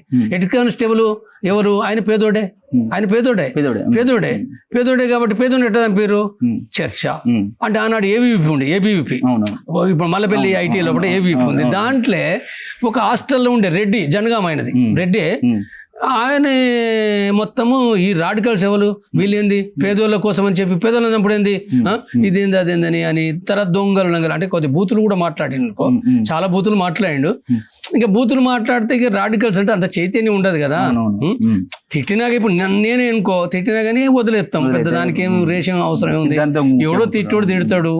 కానీ ఏం చేసారు రాడికల్స్ కూడా, వాళ్ళ చైతన్యం కూడా తక్కువ కదా. వీళ్ళు 20-30 మంది పాలిటెక్నిక్ నుంచి, సైన్స్ కాలేజ్ నుంచి 20-30 మంది వచ్చేసారు. ఎక్కడికి వచ్చారు? నేను ఏ హాస్టల్ అయితే ఉన్నానో నేను వచ్చేవరకు ఐటీ మల్లెపల్లి హాస్టల్ ఉన్నా. నేను వాస్తవంగా అప్పుడు లేను, నేను ఉత్తగా అందులో ఉన్నా. నేను పోయి లైబ్రరీలో కూడా విజయనగర్ కాలేజ్ లైబ్రరీ అంతా చదువుకొని నేను రాత్రి 8ంటికి వచ్చే వరకే మొత్తం తలుపులు పెట్టిండే, తలుపులు తీయరు. నేను కొట్టారు కిందంటే చిన్నగా తీసేవరకల్లా 30 మంది ఉన్నారు. అలా 30 మంది ఒక్కరు కాదు, ఇద్దరు. ఆ ఏవిపి రాజిరెడ్డిని పట్టుకొని అడుగుతుండ్రు, నువ్వు ఎట్లా అంటావు, నువ్వు ఎట్లా తిడతావు, బూతులు ఎట్లా తిడతావు, ఏమనుకుంటున్నావు నువ్వు రాజిరెడ్డిని? వీళ్ళు కొద్దిగా జబర్దస్తిగా రాడికల్స్. రాజిరెడ్డి మీతోనే ఉన్నాడా? ఏబీవీపీ నాయకుడు. ఏబీవీపీ అనేది వరంగల్, ఇక్కడ హైదరాబాద్ మల్లపల్లి ఐటీ హాస్టల్లో అంటుంటే నన్ను కూర్చుని అసలు నాకు అర్థం కాలే. నేను అదే రూమ్ లో కూర్చున్నా, వీళ్ళు మాట్లాడుతున్నారు, ఆయన మాట్లాడుతున్నారు. అందులో ఒక ఆయన రాడికల్స్ లో ఒక ఆయనే చాలా రాజిరెడ్డి మీరు ఇదేంటి, మీ వర్గం ఏంటిది, పేదోళ్ళం, పలాని ఊరు, మీ నాయన ఏం చేస్తాడు, వ్యవసాయం చేస్తాడు, మరి నువ్వు ఎందుకు తిడుతున్నావు రాడికల్స్ అంటే ఎందుకు, మరి ఎట్లా చంపుతారు పోలీసులు, ఇట్లా చంపకూడదు కదా ఆయన అంటే. నిజమే, చంపిన కష్టం కరెక్టే, కానీ మరి కొండపల్లి సీతారాం ఎవరి కోసం ఉన్నాడు? పేద ప్రజల కోసం కదా. మరి ఆయన అనేక మంది ఆయన సేవ చేస్తుండు, ఆయన కొడుకు చనిపోయిండు, కుటుంబాన్ని వదిలేసిండు, వాళ్ళే కదా వాళ్ళందరూ త్యాగం చేస్తుండ్రు. మరి నువ్వు అన్నట్టుగా చంపడం సూటిగా చూస్తే తప్పే, కానీ మరి ఇప్పుడు ఆయన రక్షించబడాలి కదా, పార్టీకి నాయకుడు కదా. కాబట్టి మరి అంటే ఆయన ఏదో చెప్పిండు, యుద్ధంలో పట కురుక్షేత్రం, పాండవ ఇవన్నీ ఉన్నాయి కదా. మరి యుద్ధంలో పట ఇవి ఒక్కొక్కసారి మంచి వాళ్ళు కూడా చనిపోతారు కదా. వాస్తవంగా హెడ్ కానిస్టేబుల్ చంపాల్సిన అవసరం లేదు, కానీ కొండపల్లి సీతారాం పార్టీని రక్షించాలంటే తప్పని పరిస్థితి వచ్చింది అని చెప్పి ఇట్లా చెప్పిండు. నువ్వు కూడా పేదోను కదా, నువ్వు కూడా ఆలోచించాలి తప్ప ఇట్లా నువ్వు తిట్టకూడదు కదా, తిట్టకూడదు అని చెప్పి చెప్తుంటే ఆయన కొంత కన్విన్స్ అయ్యిండు. కొంతవరకు కన్విన్స్ అయ్యిండు. ఎంత కన్విన్స్ అయ్యిండే నాకు తెలియదు, కానీ కొంతవరకు కన్విన్స్ అయ్యి చెప్పే విధానం ఏంటంటే, నేను ఇక్కడ ఆకర్షితునైనా అంటే పేద ప్రజల కోసం నేను ఎక్కడ ఉన్నానంటే, నేను ఎందుకు అదేంటంటే నా బ్యాక్గ్రౌండ్ పేద ప్రజలు. నేను కులం నాది రెడ్డి కావచ్చు, కానీ నేను మా కుటుంబం చాలా ఇబ్బందులు పడ్డది. తిండికి లేక, మా కుటుంబం రెడ్డి అయినప్పటికీ తిండికి లేక కరువు కాలం లోపల మామిడి పండ్లు ఉడకబెట్టుకొని తిన్నది. ఒక పూట కూడా తిండి తినలే. 2 రోజుల కింద కూడా గట్టుగా ఖరాబైన పారేసే వాటిని కూడా తిన్నది. నా ఒక్కనికి మా ఇంట్లో 5గురు ఉంటే నా ఒక్కనికి వరి అన్నం వండి పెట్టి, లేకపోతే పెరుగు తెచ్చి, మా అక్కడ పెరుగులు ఛాయలు లేవు మాకు, ఎక్కడి నుంచో 6 పైసలకు పెరుగు కొనుక్కొచ్చి నాకు పోసింది. కానీ మా కష్టాలన్నీ తెలుసు, నేను అంత కష్టపడలే మా ఇంట్లో, కానీ ఇవన్నీ నాకు తెలుసు.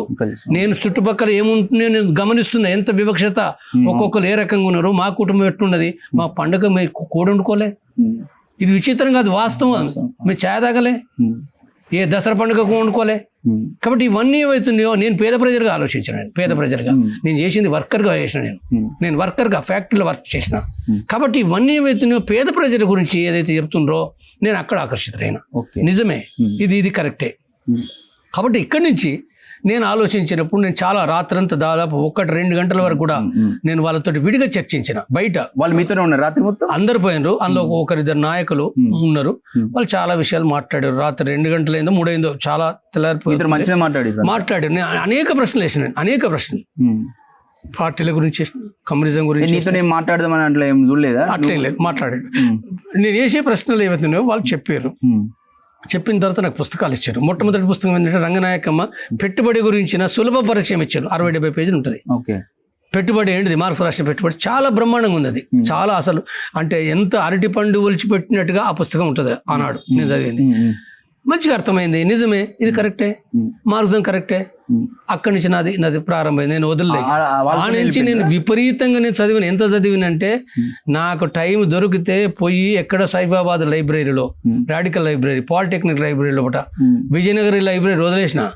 ఎందుకంటే ఇక్కడ ఉండేది అన్ని రకరకాల సాహిత్యం ఉంది, 100 పుస్తకాలు ఏదైనా చదువుకోవచ్చు. చదివిన నా టైం ఉన్నంత వరకు, నా ఓపిక ఉన్నంత వరకు చదివిన. నేను అక్కడ చదివిన, ఇంటికి తీసుకొచ్చుకుని పుస్తకాలు చదివిన. ఆ ప్రశ్నలు అనేక మంది ప్రశ్నలు వేసిన, ప్రశ్నలు వేసుకుంటూ క్రమంగా నేను 84 మే లోపల నేను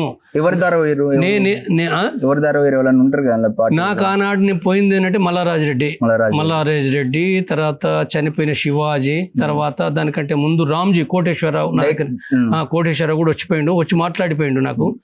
తర్వాత వచ్చి అంటే పోతా వాళ్ళు టెస్ట్ చేసుకుంటారు కదా, అంటే టెస్ట్ వాస్తవంగా నేను 6 నెలల లోపల నేను రెడీ అయినా. నేను నా పెళ్లి కూడా ముందటుండి పెళ్లి డిసైడ్ చేసుకుని జాబ్ వస్తుంది అనుకుని కూడా ఏంటంటే నేను పోవాలి, ప్రజల కోసం పోవాలి అనే దాంతో ఏంటంటే వాళ్ళు మల్లారాజిరెడ్డి అంటే ఇప్పుడు సిసి మెంబర్ కదా, ఆయన చాలా సీనియర్. మొట్టమొదటి దళం పోయినప్పుడు ఆయన నాయకుడు మల్లారాజిరెడ్డి. మీకు ఆ మీట్ లో రాజిరెడ్డిని బెదిరించేటప్పుడు మల్లారాజిరెడ్డి కూడా ఉన్నాడు? లేదు, అప్పుడు ఆయన పార్టీ నాయకుడు. మరి అక్కడ తర్వాత నన్ను తీసుకుపోయడానికి ఆయన అప్పటికే పార్టీ నాయకుడు. ఆయన అంటే వీళ్ళ విద్యార్థి నాయకులకు వీళ్ళకి సంబంధాలు ఉంటాయి కదా, నన్ను తీసుకుపోవాలనుకున్నప్పుడు ఈయనే వీళ్ళు మీరు ఎవరికి చెప్పారు నేను అలా పోదాం అనుకుంటున్నాను? నేను చెప్పింది ఆనాడు జనార్దన్ ఉండే, నేను కూడా పోయినాము. జనార్దన్ రెడ్డి అని ఇప్పుడు బయట మేనేజర్ గా చేస్తుండే ఒక ఫ్యాక్టరీకి. ఆనాడు ఆయన జనార్దన్ రెడ్డి మేము పోయినాము. ఆయన ఆర్గనైజ్ చేసిండు, ఆయన బాగా చెప్పేటోడు విషయాలు. సైఫాబాద్ సైన్స్ స్టూడెంట్ ఆయన, మంచి ఎడ్యుకేటెడ్, మంచి ఇంటెలిజెంట్ ఆయన. ఆయన మల్లారెడ్డితో ఇంకా వాళ్ళకి ఏవో సంబంధాలు ఉంటాయి, సిటీ కమిటీ ఉంటుంది, రకరకాల చెప్తే మిమ్మల్ని చాలా వాటి మధ్యన దొంతర్లు ఉన్నాయి అనేక. సిటీ కమిటీ కూడా ఉంది. టెస్ట్ చేసిరా చాలా సార్లు? ఇక్కడ చాలా మంది మాట్లాడారు నాతోటి. ఒక జనార్దన్ రెడ్డి గారు సిటీ కమిటీలో వచ్చి మాట్లాడారు, కోటేశ్వరరావు మాట్లాడాడు, రాష్ట్ర సెక్రటరీ ఆయన. తర్వాత అప్పుడు అన్ని టెస్ట్ చేసుకుని తర్వాత వాళ్ళని 6 నెలలు 7 నెలలు టెస్ట్ చేసిరా? 6 నెలలకు అంతే. జనవరిలో అయితే నేను మే లోపల వెళ్ళిపోయినా కదా, మే లోపల మే 10కో 15కో వెళ్ళిపోయినా నేను. ఏది డైరెక్ట్ అడవిలోకి వెళ్ళిపోయారా? డైరెక్ట్ మాదేపూర్ అడవిలోకి వెళ్ళిపోయినా. 8 పోయినా. 8 అక్కడ జంపన్న ఉన్నాడు కదా, సమ్మక్క సారక్క జంపన్న. అంటే సొంత పేర్లు పెట్టుకోకూడదు కదా, ఏమన్నా పేర్లు ఎల్లను మళ్ళను అంత అన్నలు వచ్చే పేర్లే పెట్టుకునేది అన్నాడు. అంటే ఇప్పుడు దినేష్ గణేష్ అనేటివి లేవు అన్నాడు. ఎందుకంటే ప్రజల పేర్లకు తగినట్టు ఉండాలి కాబట్టి మల్లక్క, ఎల్లక్క, రామక్క, పుల్లక్కలే కదా. అంటే ఈ రకమైన పేర్లు అంటే ఎందుకు అని అంటే వాస్తవంగా ఈ రెడ్డి లేదా దినేష్ రాజులు ఎవరి అగ్రకుల అగ్రకులకు పేర్లు పెట్టుకోకూడదు. ఎవరు పెట్టుకోవాలి? సాధారణ దళిత బహుజనుల పేర్లు ఏవైతున్నాయో ఆ పేర్లు పెట్టుకోవడం ద్వారా, ఎందుకంటే మనం ఆ ప్రజల కాడికే పోవాలి, ఆ ప్రజల సమస్యలే మాట్లాడాలి ఎక్కువగా. అగ్రకులాల కూడా పేదోళ్ళు ఉన్నప్పటికీ కూడా మనం ఆ సమస్యలు మాట్లాడాలి. వాళ్ళతోటి మనం మమేకం కావాలి. వాళ్ళ తిండి తినాలి. వాళ్ళు గొడ్డు పెడితే గుడ్డు తిన్నా ప్రాక్టీస్ చేయించారా మీతోటి? తిన్నాంగా. నేను ఇక్కడ గొడ్డు పోయే ముందే గొడ్డు మోసం తిన్నా. నేను 84 మేల పోతే మే కంటే ముందే మార్చి ఏప్రిల్నే తిన్నా నేను. ఈడ అంతకుముందు లేదు, తిన్నా నేను. ఇక్కడ ప్రాక్టీస్ చేయించిన తర్వాత ఓకే అంటే తిన్నా నేను. నాకేం అవన్నీ లేవు కదా, కులాలు మతాలు ముందే లేదు నాకు. నేను చదువుకునేటప్పుడే కులాలు మతాలను నేను పట్టించుకోలే. నేను చదువుకుంటప్పుడు 77, 75 లోపల కూడా నేను నాతో చదువుకునే వాళ్ళు మాదిగ వాళ్ళు ఉన్నారు, మాలోళ్ళు ఉన్నారు, గొల్లోళ్ళు ఉన్నారు.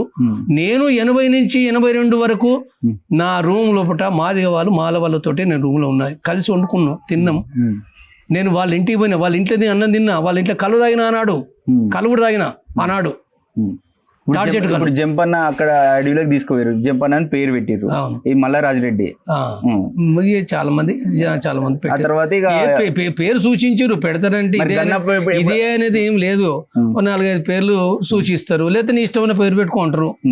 పెట్టుకోనంటే అలా జంపన్న పేరు ఉన్నది, ఆ పెట్టండి ఏం నష్టం లేదన్నా, గంతేనే తీసేసుకోలే. నాకు ఆ జంపన్న చరిత్ర కూడా అప్పటికి తెలియదు, ఏంటిదనే తెలియదు, ఉన్నా పని చేసిన గంతగా నేను తీసేసుకోలేదు. ఎక్కడి నా పేరు ఎక్కడ ఏడుకో ఒరిస్సాకో జార్ఖండ్కో అక్కడ పోతే ఎంకనేనో ఏదో పేరు పెట్టారు, కానీ ఏ పేరు నిలవలే. ఎందుకంటే నా పేరు అందరికీ ప్రచారం అయింది కాబట్టి ఎక్కడ పోయినా జంపనే అన్నారు. ఏమున్నది, చేసేది ఏముంది, అయ్యేది ఏముంది అని చెప్పి జంపనే ఉన్నది. మీకు గన్ ఎప్పుడు పేరు మరి వాళ్ళు? నాకు 84 పోయిన వారం రోజుల లోపల వారం రోజులు చెప్పారు. ఆనాడు గన్లు దాదాపు వచ్చిన అందరికి ఇచ్చారు, అంటే తయారు చేసుకునే నేర్పించారు. 12 బోర్ నాకు ఇచ్చింది, ఉన్నాయి 12 బోర్లు ఉన్నాయి, 12 బోర్ ఇచ్చారు. గ్రెనేడ్స్ నేర్పిండ్రు, 10 రోజులు ట్రైనింగ్ ఇచ్చారు నాకు. 10 రోజులు దళంలోకి తీసుకురు, దళమే పోయినా, డైరెక్ట్ దళమే, ఇక్కడ నుంచి దళమే పోయినా. పోడే మాదేపూర్ పోయినా, మాదేపూర్ లోపల అక్కడ రాత్రి 12 గంటలకు 1 గంటకో దిగినాము. పోయే వరకు ఇంకా మీటింగ్ నడుస్తుంది ప్రతాపగిరి అనే గ్రామం లోపల, 100 మందితోటి 12-1 గంట వరకు నడుస్తుంది. ఆ మీటింగ్ ఇన్న తర్వాత అక్కడ అన్నం వసూలు తీసుకొచ్చారు. అందులో ఏమున్నది, మామిడికాయ పచ్చళ్ళు, కారాలు ఇవన్నీ ఉన్నాయి. తిన్నాం, అది కూడా తిన్నాం, పోయి పండుకున్నాం. అది కొత్త జీవితం ప్రారంభమైంది. అడవిలోకి పోయి పడుకున్నాం, రాత్రి 2 గంటలకు పోయి పడుకున్నాం. గుహలు అనుకుంటాం, పెద్ద పెద్ద గుహలు ఉంటాయి అనుకున్నాం. పెద్ద గుహలు అంటే అడవి అయితే ఉన్నది, నేల మీద పడుకుంటారు. నేల మీద పడుకుంటారు, మరి నేల మీద పడుకుంటారు. బండల మీద పంటారు, నేల మీద పంటారు. ఇక్కడ ఎట్లా ఎడ్డే వాళ్ళు ఉండే అప్పుడు మీ దళం లోపల మొదటగా మాదేపూర్ లోపల జనార్దన్ అని ఉండే. తర్వాత నెక్స్ట్ అంటే 2 దళాలు, మాదేపూర్ దానికి జనార్దన్ ఉండే. తర్వాత ఏటునగరం దళం ఉండే, భీమన్న ఉండే. అట్లా చనిపోయింది ఆయన గడిచిన లోపల. రైతు ఆయన, జగిత్యాల రైతు ఆయన, చదువు పాటలకు వచ్చి నేర్చుకున్నాడు. చాలా ఆయన కూడా మంచి ఆజానుభావుడే, మంచిగా నీతిగా నిజాయితీగా ఉండే వ్యక్తి. చనిపోయింది ఆ తర్వాత. ఆయన పేరు గంగరాజు ఏదో పేరు ఉన్నది. భీమన్న పాటలు అయితే భీమన్న. కేంద్ర కమిటీ సభ్యుడు ఎట్లా ఎదిగారు మీరు? నేను కేంద్ర కమిటీ అని అంటే ఎదగడం అని అంటే, ఇప్పుడు నేను 84లో కూడా దళ సభ్యుని, 88 లోపల 87 లోపల నేను డిప్యూటీ కమాండర్ దళానికి. తర్వాత 89 లోపల కమాండర్ను నేను. తర్వాత నేను 91 లోపల 91 లోపల జిల్లా కమిటీ మెంబర్ను. తర్వాత నెక్స్ట్ 93 లోపల ఉత్తర తెలంగాణ రీజనల్ కమిటీ మెంబర్ను. ఆ తర్వాత అది రాష్ట్ర కమిటీగా మారింది. 95 లోపల 94 లోపల నేను రాష్ట్ర కమిటీ మెంబర్ను. ఉత్తర తెలంగాణ రాష్ట్ర కమిటీ మెంబరు, ఏపీ రాష్ట్ర కమిటీ మెంబరు, తర్వాత ఉత్తర తెలంగాణ రాష్ట్ర కమిటీ మెంబర్ అయినా. తర్వాత 2001 లోపల 2000 చివర్ల జరిగిన కాంగ్రెస్ లోపల 1 ప్రారంభం లోపల నేను కేంద్ర కమిటీ మెంబర్గా నేను అయినా. 17 సంవత్సరాలు నేను కేంద్ర కమిటీ మెంబర్గా ఉన్నా. తర్వాత సిఎంసి మెంబర్గా కూడా ఉన్నా. నేను 2009 నుంచి నేను సిఎంసి మెంబర్గా ఉన్నా. అంటే ఇంకా వివిధ రంగాల్లో నేను సిఎంసి మెంబర్గా, సిఆర్బి మెంబర్గా అనేక రాష్ట్రాల, తెలంగాణ నుంచి దండకారణ్యంలో, తర్వాత ఒరిస్సాలో, తర్వాత జార్ఖండ్ విస్తరణ కార్యక్రమాలు, జార్ఖండ్ ఇతర ప్రాంతాలకు కూడా నేను పోయి పనిచేసిన. తర్వాత ఎప్పుడైనా కుటుంబ సభ్యులతో మాట్లాడే వాళ్ళ అయిపోయినప్పటి నుంచి? నేను ఏనాడు నేను మాట్లాడలే. ఒకసారి 87లో 86లో నేను ఆరోగ్య కారణాలు ఎత్తే హైదరాబాద్ పోయినా.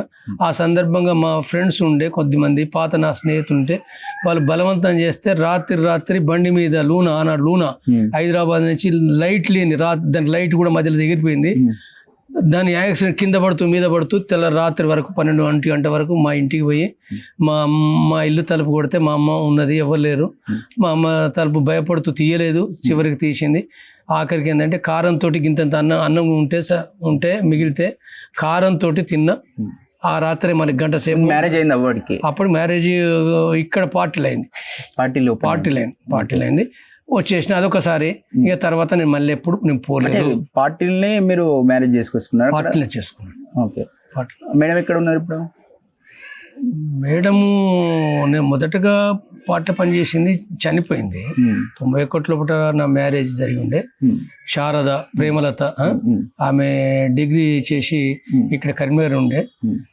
ఆమె చనిపోయింది 93 లోపల మేడారం దగ్గర. అదే జంపన్న సమ్మక్క సారక్కన్న కానీ అక్కడే ఆ జంపన్న వాగు పక్క పంటే, ఆ గుట్ట ఏదైతే ఉందో ఆ చిలకల గుట్ట అనేది, ఆ గుట్ట పక్క పంటే అక్కడ ఎన్కౌంటర్ అయినరు, 5 ఎన్కౌంటర్స్ అయినరు. దాంట్లో అక్కడ ఇక్కడ నా భార్య కూడా ప్రేమలత గాయపడి, అంటే గాయపడ్డది పోలీస్ కాల్పులో. ఆ తర్వాత చిత్రహింసలు పెట్టి చంపేసారు ఆనాడు. అది తర్వాత ఇప్పుడు నేను మ్యారేజ్ చేసుకున్నాను. ఇప్పుడు నా భార్య మళ్ళీ ఇప్పుడు అనిత ఉంది. అది అక్కడ దళంలోనే నేను 2009 లోపల నేను పెళ్లి చేసుకున్నాను. 10 బయటకు వచ్చారు కదా, 2009 అంటాను. 9 బయటకు వచ్చారు. 2009 లోపల పెళ్లి చేసుకున్నాను నేను. ఓకే. అంటే ఆమె అప్పటికి పార్టీ లోపల కూడా కంప్యూటర్ లోపల ఆపరేటర్ గా సెకండ్ మ్యారేజ్ కూడా అక్కడే కంప్యూటర్ ఆపరేటర్ ఆమె. అప్పటికే ఆమె 2004 లోపల రిక్రూట్ అయింది పార్టీలో.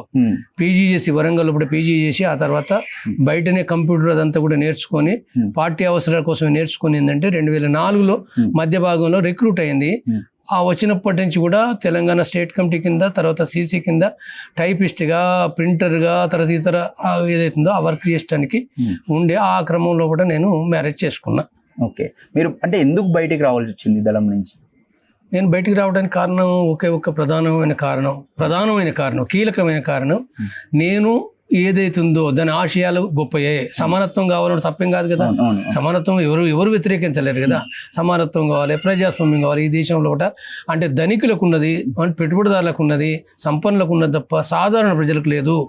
ఇవాళ చూడండి, ఇవాళ అంటే ఇప్పుడు కులం పేరు చెప్పి కూడా కులం పేరు మీద సీట్లు పొందితే కూడా ఎవరు పొందుతుండ్రు? బలిసిన వాళ్ళే. 50 కోట్లు 100 కోట్లు పెట్టిన వాళ్ళే కదా. ఇప్పుడు చూడండి, ఇప్పుడు దళితులు కూడా ఎక్కడో టికెట్ ఇచ్చిండ్రు. వాళ్ళు ఎవరు? కూడా పైసలు బీసీలు ఉన్నారు. ఆ బీసీలు ఎవరు?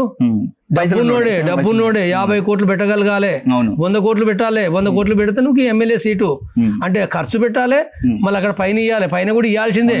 పైన ఇవ్వకుంటే ఎవరికి సీటు రాదు, సర్పంచ్ సీటే రాదు. కాబట్టి ఇప్పుడు ఎవరికి ఉన్నది ఓటు వేయడానికి? ఇప్పుడు పేదోళ్ళందరూ ఓట్లు వేయాలి, ఆదివాసులు వేయాలి, దళితులు వేయాలి. కానీ పేద ప్రజలు గెలవగలుగుతారా? నిలబడగలుగుతారా? గెలవగలుగుతారా? కలలోని మాట. అంటే ఇప్పుడు ఏమంటారంటే మేధావులారా మీరు మీరు మీరు నిలబడండి, మీరు చేయండి అంటే ఏ మేధావులు నిలబడాలి? మేధావులంతా కూడా వాళ్ళు మధ్యతరగతి వాళ్ళు. 100 కోట్లు పెట్టి మేధావి ఉన్నారు. ఎవడని ఉంటే వాడు దొంగే. 100 కోట్లు పెట్టి మేధావి అయితే వాడు దొంగ. కానీ ఎవరికి లేవు కదా. 10 కోట్లు లేవు, 20 కోట్లు లేవు, 5 కోట్లు లేవు. వాళ్ళు ఎక్కడి నుంచి చేస్తారు? వాళ్ళ పిల్లలను చదువుకోవాలి. అలా పోయి అంటే అక్కడ అదంతా పులుల కొట్లాట. ఆ పులుల కొట్లాట ఒకటి వీళ్ళు ఏడే మిగులుతారు. కాబట్టి అంటే ప్రజాస్వామ్యం లేదు కదా. అంటే నీకు అధికారం లేనప్పుడు ప్రజాస్వామ్యం ఎక్కడుంది? నీకు అధికారం లేదు. నీకేమి ఇప్పుడు కులాలు కూడా బీసీ కులాల అధికారం కావాలి, దళితుల అధికారం కావాలి. ఎవరిది వస్తుంది? బలిచిన వాళ్ళదే వస్తుంది. అలా బలిచిన వాళ్ళ దాంట్లో బట్టి కూడా మళ్ళీ అగ్ర కులాలదే పెత్తనం ఉంటుంది. అగ్ర కులాలదే ఉంటుంది. నువ్వు గమనించు.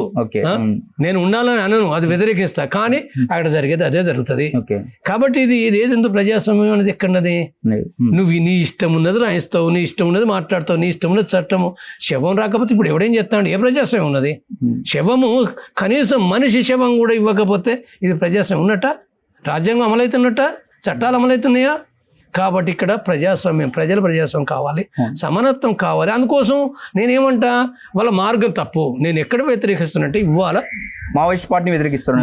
మార్గాన్ని నేను వ్యతిరేకిస్తా. మార్గాన్ని పనిచేసి వచ్చారు, పనిచేసి దాన్ని నమ్మే కరెక్ట్ అనుకుని పనిచేసిన, తప్పని అనుకోలే. అయితే ఆనాటి కాలంలో ఒకనాటి కాలంలో సరైందే, ఆనాటి కాలంలో సరైందే. కానీ వాళ్ళ కాలం మారింది కాబట్టి వాళ్ళ విధానాలు మార్చుకోవాలి. అంటే లొంగిపోవాలని నేను అంటలేను. నేను లొంగిపోయినా నేను లొంగిపోయి నన్ను ప్రభుత్వం కూడా లొంగిపోయారు. మీరు ఇక్కడ పోలీసులు కూడా లొంగిపోతాను. వచ్చిన కదా మరి లొంగిపోతే ఏం చేస్తారు? అప్పుడు సిపిఓ అప్పుడు మహేందర్ రెడ్డి వాళ్ళతో పాటు వచ్చి లొంగిపోయినాయి కదా. లొంగిపోయినాయి కాబట్టి లొంగిపోయిన నేను పార్టీలో చెప్పే వచ్చిన డాక్యుమెంట్ రాసినా చెప్పిన విధానాలు మార్చుకోవాలి, మీరు మార్చుకోవడం తప్ప ఇవాళ మనం ముందుకు పోలేము. ఆలోచించారా ఒకసారి? మళ్ళీసారి వాళ్ళు ఏం ఆలోచించారో నాకు తెలియదు. నేను ఆలోచించడమా? నేనేం ఆలోచిస్తే అది కరెక్ట్ కాదనుకున్నా అయిపోయింది. డిసైడ్ అయిపోయారు. నేను ఎప్పుడైనా ఒకసారి తప్పని అనుకున్న తర్వాత మళ్ళీ నేను తప్పని అది సరైనది కాదనుకుంటే సరైనది కాదు, అంతే. ఇంకా నచ్చలేదు నాకు నచ్చలేదని అంటే సాయుధ పోరాట మార్గం ఇవాళటి కాలంలో, ఇవాళ ఆధునిక కాలం, ఇవాళ భూస్వామ్య వ్యవస్థ ఉన్న కాలం కాదు. ఇది పెట్టుబడిదారి వ్యవస్థ ఉన్న కాలము. పెట్టుబడిదారి వ్యవస్థ కాలంలో పట లక్షలాది ఎర్ర సైన్యం రాదు. ఒకరో ఇద్దరు అంటే పోతారు. ఇప్పుడు రాకేష్ పోయిండు, విజయలక్ష్మి పోయిండు కదా, వీళ్ళంతా 17-18 కూడా పోయిరు కదా. లేదా ఆ తర్వాత 7 ఏళ్ల కాలం కూడా కొంతమంది పోతారు. అక్కడో ఇక్కడో పోరని నేను చెప్పను. ఎక్కడెక్కడి నుంచో పోతారు. తెలంగాణ పోతారు, ఢిల్లీ నుంచి పోతారు, కలకత్తా నుంచి పోతారు, బెంగళూరు నుంచి పోతారు, కర్ణాటక నుంచి పోతారు. కాబట్టి కొంతమంది పోతారు నిరుద్యోగులు. మరి ఉద్యోగాలు లేవు, పోకపోతే ఏం చేస్తారు కొంతమంది? నేను పోవాలని కానీ పోతారు. వాళ్ళు ఆదివాసులు పోతుండ్రు, పోతుర్రు. తిండికి లేని వాళ్ళు, బాధలు పడేటోళ్ళు, అన్యాయానికి గురైన వాళ్ళు, అత్యాచారాలకు గురైన వాళ్ళు, నీ ఉద్యోగాలు లేని వాళ్ళు మరి పోరా పోతుర్రు. అంటే నీ సమాజం చేయాలి కదా, నీ ప్రభుత్వం చేయాలా, చేస్తుందా? నీ ప్రభుత్వం చేయనప్పుడు వాళ్ళు పోతారు. నేను పోవాలని నేను చెప్పను, కానీ వాళ్ళు పోతారు. వాళ్ళు కొంతమంది అయినా పోతారు. పోయేటోళ్ళని మనం ఆపలేం కానీ నేను పోవద్దని నేను ఎట్లంట, పో మార్గం చెప్తా నేను. పోవడం పోకపోవడం నీ ఇష్టం. నువ్వు పాటలో ఉంటావా, లొంగిపోతావా, అది నీ ఇష్టం. నేను లొంగిపోవను, నేను పొమ్మని అనను, పోకూడదని కూడా నేను అనను, పోకూడదని కూడా అనను. నేను ఏం చెప్తున్నట్టు ఇవాళ భూస్వామ్య వ్యవస్థ లేదు, ఇది పెట్టుబడిదారు వ్యవస్థ. ఇవాళ నేనేం చెప్తున్నానంటే చట్టబద్ధంగా రాజ్యాంగం ద్వారా సోషలిజం రాదు, కానీ రాజ్యాంగం ద్వారా, ఈ రాజ్యాంగం ద్వారానే ప్రజల్ని కూడగట్టగలుగుతాము, సంఘాలు పెట్టగలుగుతాము, కార్మికులు పెట్టాలి, ఉద్యోగులు పెట్టాలి, దేశవ్యాప్తంగా సంఘాలు పెట్టాలి, వాళ్ళని చైతన్యవంతం చేయాలి, వాళ్ళ ఒక శక్తిగా మలచాలి, ఒక శక్తిగా సమానత్వం కోసం, అన్యాయాలకు వ్యతిరేకంగా, దోపిడికి వ్యతిరేకంగా, కులమతాలకు వ్యతిరేకంగా నువ్వు ఏదైతుందో వాళ్ళు చైతన్యవంతం చేయాలి. చేస్తే ఆ ప్రజలు కదా చేసేది. మార్గం చెప్తుంది కదా, మార్గం ఏం చెప్తుంది? ప్రజలే చరిత్ర నిర్మాతలు, ప్రజలే చరిత్ర నిర్మాతలు. కొద్దిమంది కాదు, వీరులు శూరులు కాదు. వీరులు త్యాగాలుంటే గొప్ప వాళ్ళే, కానీ వాళ్ళు చేయవలసింది ఏదైతుందో అంటే ఒకనాడు ప్రజలతోనే చేసిరు, వాళ్ళు చేయలేదని కూడా నేను మావోయిస్ట్ పార్టీ చాలా హైదరాబాద్లో, వరంగల్, అనేక రాష్ట్రాల్లో కూడా ఉన్నది కదా. ప్రజలు వేల ఒకనాడు లక్షలాది మంది ఉన్నారు. మామూలు కాదు, ఎక్కడ మీటింగ్ పెడితే నేను చెప్తాను, 90లో మీటింగ్ పెట్టిన వరంగల్లో కూడా 15 లక్షల మంది మీటింగ్ పెట్టారు. ఏ పార్టీ అయినా పెట్టిందా? ఇప్పటికి కూడా నేను చెప్తాను, 10 లక్షల దాటి కూడా కష్టం. 10 కాదు, వాళ్ళకి అవకాశాలు ఇస్తే 20 లక్షలు 30 లక్షలు హైదరాబాద్లో మీటింగ్ జరుగుతుంది. ఇప్పటికి చెప్తాను, ఈజీగా జరుగుతుంది, ఈజీగా జరుగుతుంది, ఈజీగా జరుగుతుంది. కాబట్టి ఇక్కడికి వచ్చినప్పుడు ఏంటంటే ఇవాళ అయితే ఆ ప్రజలు అభిమానంగా ఉన్నారు, కానీ క్రియ అంటే ఒక యాక్టివ్ లేరు కదా. ఎక్కడ చంపేస్తా అంటే ఎవరు యాక్టివ్ అవుతారు? అవుతుండ్రా? ప్రజా సంఘాలనే ఇప్పుడు పనిచేస్తుండ్రా? వాళ్ళపైన ఉపా కేసు, పోటా కేసు పెడితే ఏంటంటే ఎవరు వచ్చి మాట్లాడుతుండ్రు? చచ్చిపోతుంటే ఉద్యమాలు లేవు అంటే వాళ్ళు ఏం సావాలనా? వచ్చేసి అందరు వచ్చేస్తే పోలీసులు రాసుకుంటారు, చంపేస్తారు, కేసులు పెడతారు. 17 తర్వాత మీరు వచ్చిన తర్వాత ఎలా పనిచేశారు? ఏమన్నా పనిచేశారు మళ్ళీ పార్టీ? నేను పార్టీని వదిలేస్తేనే నన్ను వాళ్ళు పార్టీ నుంచి వాళ్ళు తీసేసినట్టు వాళ్ళు ప్రకటించారు, 2 సార్లు చేశారు. నాకు ఆ పార్టీకి సంబంధం ఏంటి? నేను ఆ పార్టీ సభ్యుని కాదు, పార్టీకి బిల్కుల్ కూడా నాకు సంబంధం లేదు. ఎట్లా పనిచేశారు మరి ఇక్కడ సొసైటీతో? నేను పనిచేయడం ఏంది? నేను బతుకున్నంత కాలం గదే సమానత్వం కావాలి, ప్రజాస్వామ్యం కావాలి అంటా నేను. అంటే వాళ్ళ గుత్తసొమ్ము కాదు కదా సమానత్వం అనేది. ఎవరైనా అనొచ్చు. నేను ఏ పార్టీలో లేను, ఉండను, ఏ పార్టీలో లేను, ఇప్పటికైతే లేను, నేను ఏ పార్టీలో లేను. నేను బతికినంత కాలం ఏంటిది నాకు కావాల్సిందే. నాకు కోట్లు అవసరం లేదు, ఆస్తులు అవసరం లేదు, పదవులు అవసరం లేదు, పేరు ప్రతిష్టలు కూడా అవసరం లేదు. నాకు పేరు ప్రతిష్టలు కూడా అవసరం లేదు. నేను బతికినంత కాలం నేను మాట్లాడతా ప్రజల కోసం. సరైనది అనుకున్నాడు తీసుకుంటాడు, లేకపోతే నా తిట్టోడు తిడతాడు. నేను బదాట్లున్నా, తిట్టోడు తిడతాడు, తిట్టని నాకేం భయపడను. తిట్టోడు తిడతాడు, జంపన్న మంచిగా మాట్లాడుతాడు, కరెక్ట్ మాట్లాడుతాడు. ఆయన ఏదైనా ఆయన అంటే ఏదైతుందో ఆ రోజు పోయిన కాంచి కూడా ప్రజల కోసం మాట్లాడుతుండు. స్వీకరిస్తారు, ఆలోచిస్తారు. బయటకు వచ్చారు విమలక్క లాంటి వాళ్ళు, గద్దర్ లాంటి వాళ్ళు బయటకు వచ్చారు. కానీ నేనే తప్పు చేయలేదు. నేను చట్టబద్ధంగా ఉన్నా, ప్రజలకు ఏ విలువలు అవుతున్నాయో నా విలువల ప్రకారం నేను ఉంటున్నా, నా విలువల ప్రకారం నేను ఉంటున్నా. నేనే తిట్టుడు తిడతాడు. ఇప్పుడు విధానాలకు కూడా ఎవరికైనా కోపం ఉందనుకో, ఒక్కడో ఇద్దరు తిడతారు. ఇప్పుడు యూట్యూబ్ ఉన్నాయనుకో, ఒక్కడో ఇద్దరు వీళ్ళు చంపేయాల్సి ఉండే అని ఓడంటాడు అంటారు. అది సరైనది అనుకుని వేరు. ఇప్పుడు ఎన్నో మాట్లాడతారు, లేకపోతే ఎన్నో ఎవడెవడు కూతాడు. మావోయిస్ట్ పార్టీ వాళ్ళు కూడా బయట ఉన్న వాళ్ళు కొంతమంది తలతిక్కల గాళ్ళు కూడా ఏంటంటే ఈ రివిజనిస్ట్ అంటారు. ఆ రివిజనిస్ట్ ఏందో మనకు తెలియదు, విప్లవం ఏదో తెలియనోడు కూడా అంటాడు. ఇవన్నీ నేను పట్టించుకోను. ఎవడైనా ఇప్పుడు మనం బజార్లో ఉన్నాం, బజార్లో ఉన్నప్పుడు మంచి అంటారు, చెడు అంటారు, నేను పట్టించుకోను.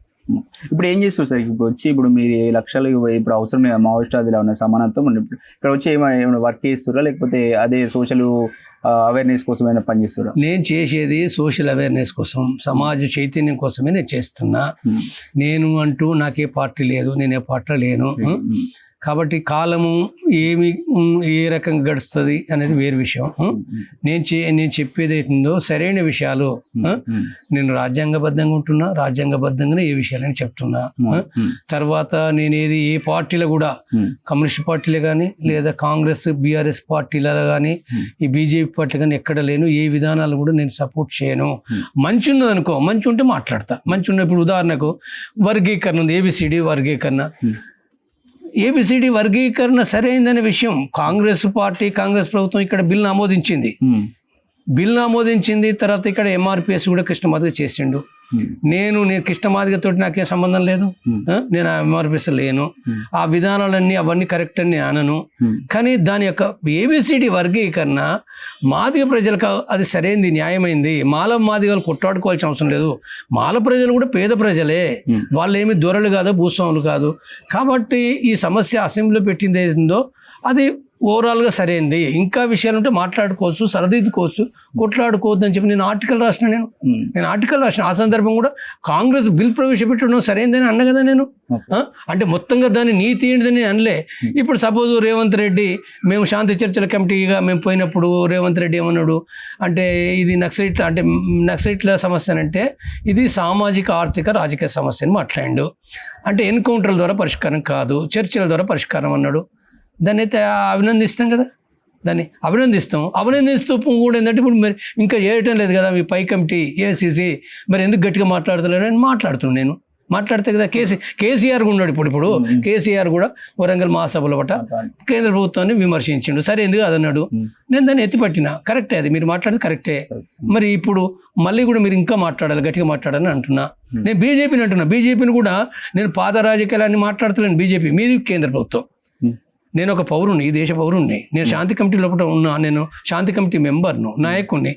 మీరే ఇప్పుడు ఈ శాంతి చర్చలను, కాల్పుల విరమణకు మీరు ప్రధానమైన బాధ్యత వహించి మీరు చేయాలి. శాంతిని రక్షించాలి, మీరు రాజ్యాంగాన్ని రక్షించాలి. మీదే బాధ్యత. నేను ఆయన విజ్ఞప్తి చేస్తున్నా. నేనేమి రాజకీయాలు మాట్లాడటం లేదు. మీ ప్రధాని, నాకు ప్రధాని మీరే. హోంమంత్రి అమిత్ షా గారు, నాకు హోంమంత్రి మీరే. కాబట్టి మీరు ఇది చేయండి అని నేను అంటున్నాను. నేను ఏ రాజకీయాలని మాట్లాడటం లేదు. కాబట్టి ఇక్కడ ఏదైతుందో ఇది సరైనది కదా.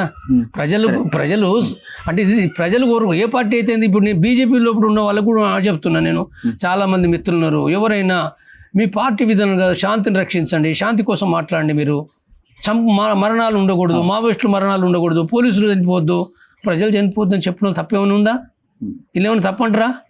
వీళ్ళు చనిపోవాలని అంటారా? చెప్పండి. మరి మీరు బీజేపీ సభ్యులుగా మీరంతా పేద ప్రజలు ఉన్నారు కదా, మీ పేద ప్రజలు వాళ్ళు కూడా మావోయిస్ట్ పార్టీ కూడా ఆలోచిస్తుంది. సరే ఇప్పుడు అప్పుడైతే దళంలోకి పోయినాము, గన్ను పట్టినాము, కానీ ఇప్పుడు ఉన్న పరిస్థితుల్లో అవసరం లేదు ఏమో అని వాళ్ళల్లో కూడా చర్చ జరుగుతున్నట్టు తెలుస్తా ఉంది.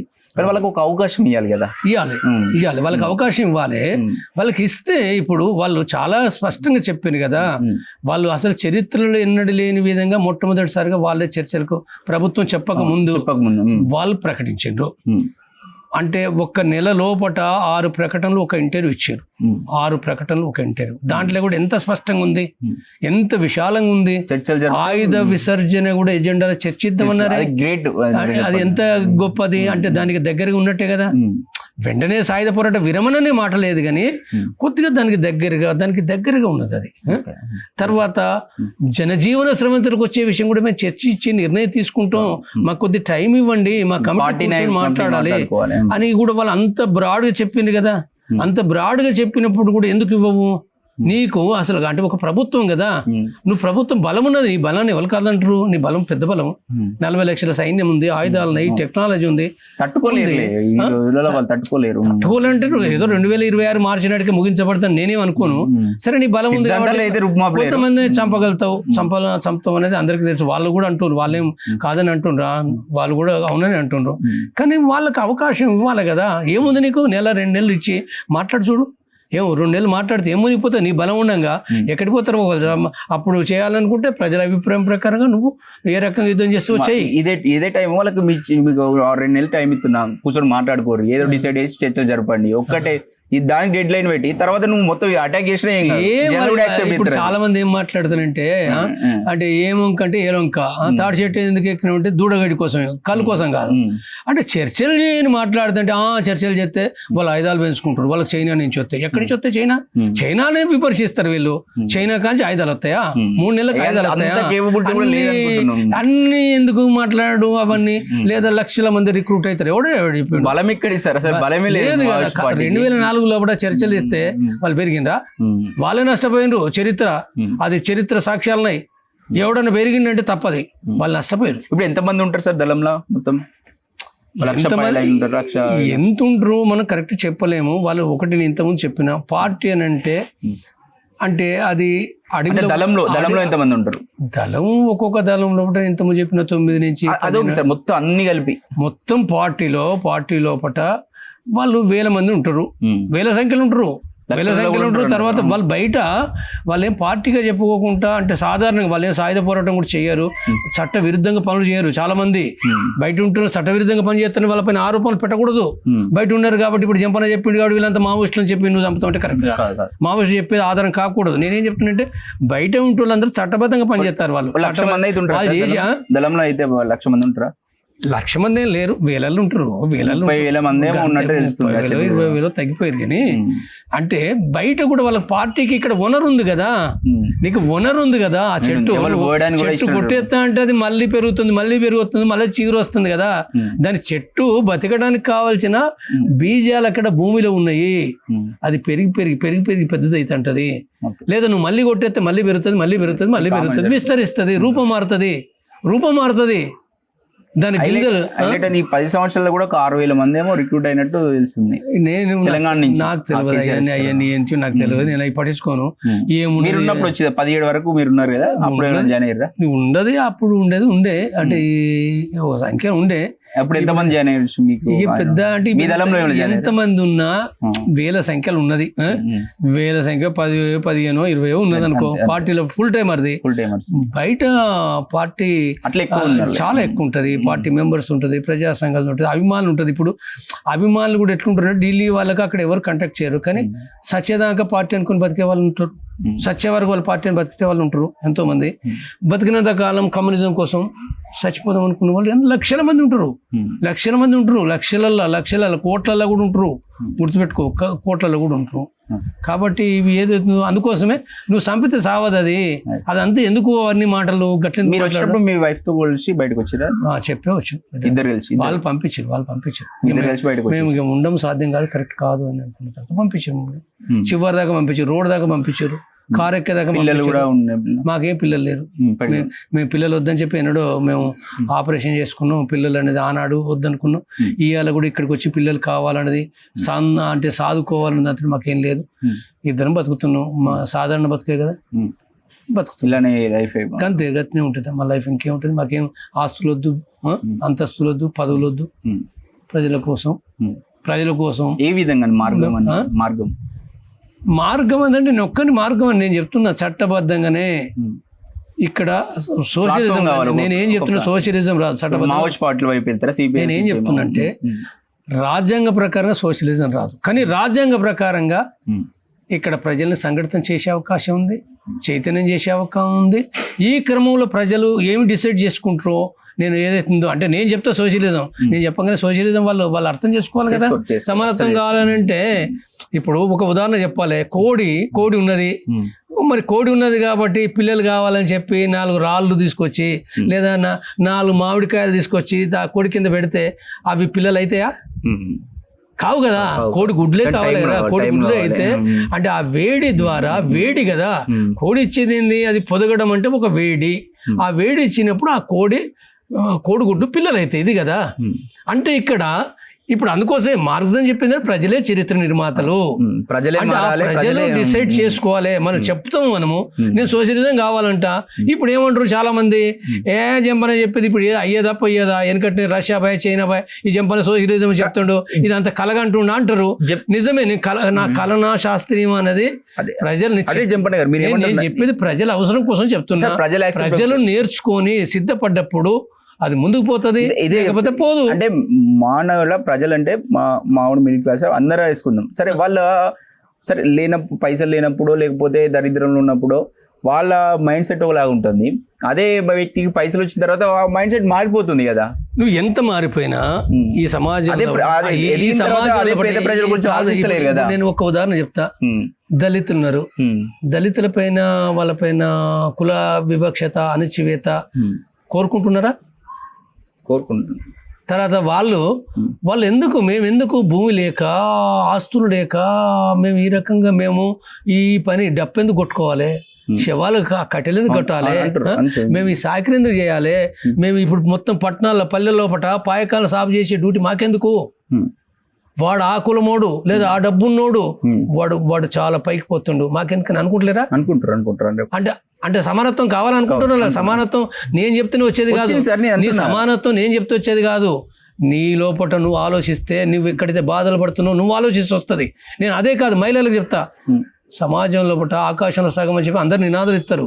కానీ ఆ మహిళలు అవును నేను ఇంటి చాకరీ ఎందుకు చేయాలి, నేను లేదా నేను ఉద్యోగం చేస్తూ ఇంటి చాకరీ నేను ఎందుకు చేయాలి, నేను పిల్లల్ని కనిపించి నేనే ఎందుకు పని చేయాలి, పురుషుడు ఎందుకు చేయడు, పురుషుడు రాజులాగా ఎందుకు బతుండు, రాజులాగా ఎందుకు అహంకారం ఉన్నది, పెత్తనం ఎందుకు చేస్తుండు, అంటే ఆ పురుషుడిని అయితే అందరు గౌరవిస్తారు.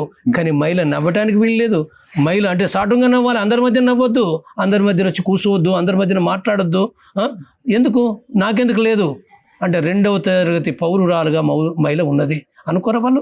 లేదా ఇప్పుడు ఇలా అందాల ఆటలు పెట్టి అంటే ఒక ఆట బొమ్మలాగా చిత్రీకరిస్తున్నారు. మరి మహిళలకు వాళ్ళకు కూడా వాళ్ళకి మనసు లేదా, వాళ్ళ ఆలోచన లేవా, వాళ్ళకి మెదడు లేదా?